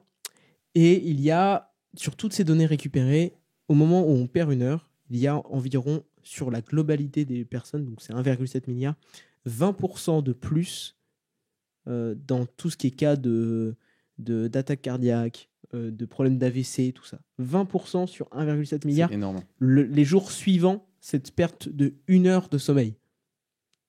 Donc c'est une statistique qui fait un peu froid dans le dos. Voilà. Puis même en plus. Et vous parliez tout à l'heure du budget alloué aux recherches sur le sommeil. Il cite un exemple dans le bouquin. Il parle d'un petit oiseau qui s'appelle le bruant à couronne blanche, qui est en fait un oiseau nord-américain qui fait 4300 km x2 par an parce qu'en fait il part d'Alaska et il va jusqu'en Floride, je crois. Ouais, qui fait des Et micro-sommeils. voilà, et en fait il a cette capacité, cet oiseau, à faire à ne pas dormir, Des micro-siestes, non à ne pas dormir son quota de sommeil et à dormir que un tiers du temps seulement qu'il devrait avoir comme. Sauf que. Et du coup, enfin, je finis Ouais, non, l'anecdote. mais c'est Et ça, du coup, ouais. l'armée américaine finance des recherches à hauteur de milliards d'euros pour essayer de trouver comment cet oiseau arrive à diviser son sommeil et à être toujours pertinent pour pouvoir, en gros, créer des super médicaments pour leurs super soldats de demain Mais qui juste ne là-dessus. doivent jamais se reposer Voilà. et tout. Ouais, Donc, du coup, on voit que quand même, il y a des recherches qui sont menées sur le sommeil, Mais mais pour qu'elles d'autres- vont pas du tout dans le bon sens. Parce que ça va toujours dans le sens de réduire le sommeil, devenir toujours plus efficace, plus productif, Mm. C'est ouf. plus tueur, quoi, en fait. Mais il y a pas ce truc. Mais du coup, je confonds, mais c'est dans le bouquin aussi. Mais du coup, il explique qu'effectivement, il y a un oiseau qui doit migrer, mais ça se trouve, c'est le même, hein, qui doit migrer. Et donc, du coup, on s'est intéressé à lui. Mais quand il n'est pas dans la période où il doit migrer, mais qu'il Il est quand même récupère. privé de sommeil, il va pas bien, l'oiseau. Hein. Ouais, c'est ça. Donc, du coup, il y a quand même, lui aussi, il a un cycle. Enfin, voilà. Ah oui, bien sûr. Qui se rééquilibre après, Ouais. ouais. Du coup, il y a des petites. Alors, Ok. sachez qu'en annexe, il y a des petits conseils que nous livre le docteur Walker pour Voilà. mieux dormir. Et donc j'en donnais quelques-uns. On en donne quelques. On peut les lire chacun Voilà. notre tour. Mais bien sûr, on peut les peut-être lire, les commenter. Par exemple, donc on en parlait tout à l'heure, le plus important de tous, c'est d'avoir un programme de sommeil, entre guillemets, c'est de se coucher à la même heure tous les jours Régularité. et de se réveiller à la même heure tous les jours, si possible sans réveil, parce que le réveil, il en parle aussi, c'est quand même un coup de sur ton cœur. Et donc, D'ailleurs, il dit qu'il interroge enfin, il a fait des recherches auprès de tribus très anciennes qui n'ont pas changé de mode de vie depuis des millénaires et à qui il explique le concept du radio-réveil. Voilà. En disant, nous, dans les pays qu'on dit développés, nous, on se réveille avec des radio-réveils qu'on met et en fait, on ampute notre sommeil tous les jours. Volontairement. Et les gens sont hallucinés, quoi. Ils disent, mais c'est quoi ce truc d'interrompre un truc qui n'est pas fini, en fait. C'est ça. Et donc, Vraiment débile. si possible, sans réveil, Alors, réveillez-vous tous les jours à la même heure et couchez-vous à la même heure. Du coup, partisan de. Parce que moi, j'avoue, la lumière du jour me réveille fortement. Donc, partisan de laisser sa fenêtre ouverte. Enfin, en tout cas, ses volets, du coup. Non, parce que ça dépend de ton dépend de ton la type, température. du coup, de ton type et de voilà. Donc, éviter caféine, nicotine, alcool. Alors, caféine, nicotine, parce que ça détraque le circuit de la mélatonine qui, en fait, vous donne la sensation d'avoir envie de dormir, qui est un mouvement naturel hormonal. Les boissons alcoolisées, parce que ça sédate votre cerveau. Ça, c'est Et le du pire. coup, en fait, c'est pas un sommeil réparateur du tout. Et éviter de faire des repas trop copieux et de boire tard le soir. Puisque en fait ça vous rend plus lourd et votre système digestif empêche aussi parfois de bien dormir. Voilà, donc quatrième petit conseil, non, cinquième, Non. même sixième. Donc voilà, donc ça c'était un conseil aussi. Alors là, ça rejoint les médicaments. Dans la mesure du possible, éviter de prendre des médicaments décalant ou perturbant le sommeil. Donc certains médicaments ordinairement prescrits par le cœur, la tension artérielle, etc. On peut aussi jeter les somnifères là-dedans. Ouais, voilà. Éviter de prendre des somnifères. Alors du coup, on l'a déjà dit, mais on le redit, ne faites pas de sieste après 15 heures. Parce que sinon, on risque de ne pas avoir justement ce besoin de sommeil. Alors on a également le conseil de se détendre avant d'aller se coucher, donc avoir un rituel, comme je parlais tout à l'heure d'un bouquin, par exemple, mais chacun Ou son écouter de rituel. la musique, Ou méditer, dessiner. dessiner, ce que vous voulez. Et je vais mettre dedans prendre un bain ou une douche chaude. Ça peut être c'est pas très intuitif, mais prendre une douche ou un bain chaud, en fait, ça. Plutôt une douche pour la planète. Ouais, c'est mieux. du coup, c'est vrai que tu sais, tu dis, tu lis, c'est bain chaud, hein, c'est pas douche, Voilà. c'est bain chaud. il dit Mais, bain chaud. Et je pense ouais, que c'est très effectivement, culturel aussi, ouais. avoir un bain. Mais prendre une douche chaude avant d'aller dormir, parce que, en fait, ça abaisse, à la sortie de cette douche, ça abaisse la température du corps qui, en fait, a très chaud, on a chaud. Donc rééquilibre, quoi. Et du coup, rééquilibre, enfin, on perd de la chaleur. Et ça nous aide à refroidir, ce qui va nous aider à nous endormir derrière, et ce qui est lié au dixième conseil. Dormir tout nu, je crois aussi. Oui. Sauf avec des gants ou des chaussettes, si vous n'avez pas peur du style. Il faut avoir les mains et les pieds chauds, relativement chauds, mais pas le reste. D'accord, ouais, bon. Voilà. Ok. Alors après, il y a aussi tout ce qu'on disait sur la chambre. Essayer de faire de la chambre vraiment un espace de sommeil et c'est tout. Donc ne pas rester au lit si on est réveillé. Si on est réveillé, par exemple, après être resté au lit pendant plus de 20 minutes, il faut se lever pour pratiquer une autre activité relaxante et ressentir à nouveau le sommeil. Et une fois qu'on ressent le sommeil, on va se coucher. Comme ça, on habitue bien notre cerveau à s'endormir quand il est quand il est à la position horizontale. Et la chambre fraîche aussi. Et la chambre fraîche, c'est ça. Et essayer d'avoir. Alors, apparemment, la température idéale pour une chambre, alors elle varie selon les gens, mais elle est à peu près entre 18 degrés et 18,5 degrés. Quoi. Ouais, 17, 18. ouais, c'est 10 Je plutôt. crois que il dit la température normale, c'est 18,3. Ouais. Mais il dit ça dépend des individus. moyenne, des fois, ça ça va va être 18, entre- des fois, ça va être 18,5. Voilà, ça dépend des gens. Mais en gros, 18 degrés, quoi. C'est-à-dire, oui, mais moi j'ai froid la nuit. Oui, mais on va pas dormir. Mets des une couette. chaussettes. Mets des chaussettes, mets une couette. aussi. Ça, c'est à toutes les personnes qui se reconnaîtront. Voilà, ça, c'est une petite pique personnelle. D'accord. Mais moi, j'ai froid la nuit. On règle ses comptes dans le pitch. Oui, mais moi, j'ai chaud. Et je dors pas sinon. Voilà, et je sue. Et après, j'ai soif. Et je suis déshydraté le matin. Voilà, et donc, sinon, on peut en finir avec ces petits conseils. Avec, donc, effectivement, dans la journée, il faut aussi un truc dont on n'a pas parlé, s'exposer à la lumière du soleil. Donc, le matin, aussi, quand on se réveille, s'exposer le plus vite possible à la lumière du soleil, ce qui va permettre de régler un petit peu ce cycle circadien. Mais On l'a d'ailleurs, dit en une seule fois. Cycle. Bravo. C'est la première fois, je crois, en plus de 2 heures de podcast. peut-être, Incroyable. où on a dit le cycle circadien sans se planter, quoi. le truc aussi, justement, par rapport à ça, c'est que moi, c'était quand j'étais plus jeune, mais voilà, j'ai des connaissances Il y qui a 30 ans. parfois s'enferment quelques jours dans un appartement, tu vois, sans ouvrir les volets. Alors déjà, moi personnellement, j'ai vraiment besoin de prendre l'air et c'est clair que voir le jour, déjà juste mentalement, je me sens mieux, mais aussi pour cette raison-là. Et c'est vrai que quand tu t'enfermes dans le noir ou même avec une lumière artificielle dans un appart, mais parce que tu es en vacances, tu fais ce que tu veux à la limite, mais du coup, tu es complètement déréglé. Je connais des gens qui se couchent genre à 7h du mat, quoi. Mais sans se dire j'étais en soirée et tout, c'est gros dérèglement, quoi. Lever Ouais. 18h. Ah, c'est un problème. Ouais, c'est compliqué. Parce que là, c'est Franchement, plus un chronotype. Hein. Ouais. Là, c'est un souci. Hein. Non, mais c'est le fait d'être enfermé, pas forcément effectivement régler notre horloge biologique en étant à la lumière du soleil, quoi. Et bah, par Naturel. exemple, il donne aussi ce petit exemple qui peut-être peut vous le mettre un peu de façon concrète pour les personnes plus âgées, donc qui vous concernent peut-être ou peut-être pas, qui ont du mal à s'endormir et à rester éveillé, rester endormi jusqu'à un peu plus tard que 5 heures du mat. Il donne le conseil de le matin sortir directement, prendre beaucoup de soleil sans lunettes de soleil, enfin prendre un maximum de luminosité, parce que en fait nos pupilles et notre œil est vraiment un récepteur important qui derrière donne des infos qui relâchent des hormones. Donc c'est vraiment important, pensez-y comme des panneaux solaires, quoi. Donc prendre un maximum de luminosité le matin et de soleil.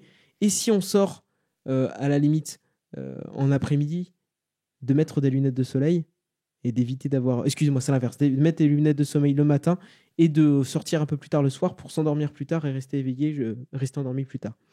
Voilà. Donc c'était pas très clair.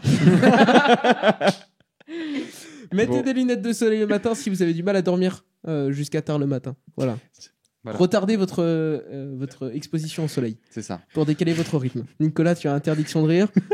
Sinon, je vais te faire boire de l'alcool et tu vas mal dormir cette nuit. Buvez du café.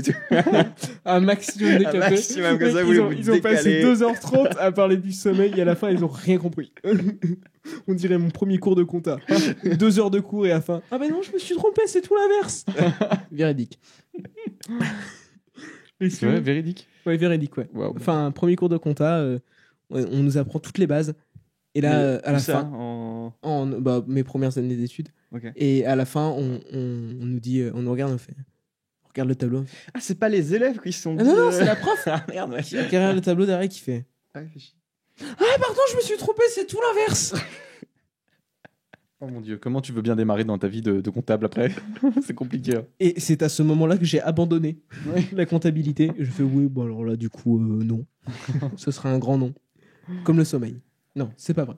Bah, en tout cas, les gars, c'était vraiment c'était un super bouquin que je conseille vivement Ouais. à ceux qui nous écoutent. Et que qui nous j'offre voient. et que j'ai offert aussi. Et Ouais, et c'est les un beau proches. cadeau à faire aussi aux gens que vous aimez. Parce Qui que... dort pas beaucoup. L'offrez Ouais. pas aux gens que vous aimez pas, parce que du coup, vous les verrez moins Voilà, longtemps. c'est ça. Ouais, c'est Mais ça. aux gens que vous aimez, offrez-le. La bienveillance, Quentin. Oui. Bon. Oui. Oui. Tout est Et on relatif. se retrouve bientôt pour un nouvel épisode du Pitch. Bah, Ouais. avec grand plaisir, en tout cas. J'ai dont, hâte, dont je vous annoncerai le thème en post-podcast Mhm. à l'audio, messieurs, dames, mesdames et messieurs. Vous l'entendrez, nous, on sait pas encore. Moi, j'ai hâte de savoir. À la prochaine, les gars. Allez, Ouais, ciao. salut, merci à Salut. vous. Bisous à tous. Ciao. Ciao.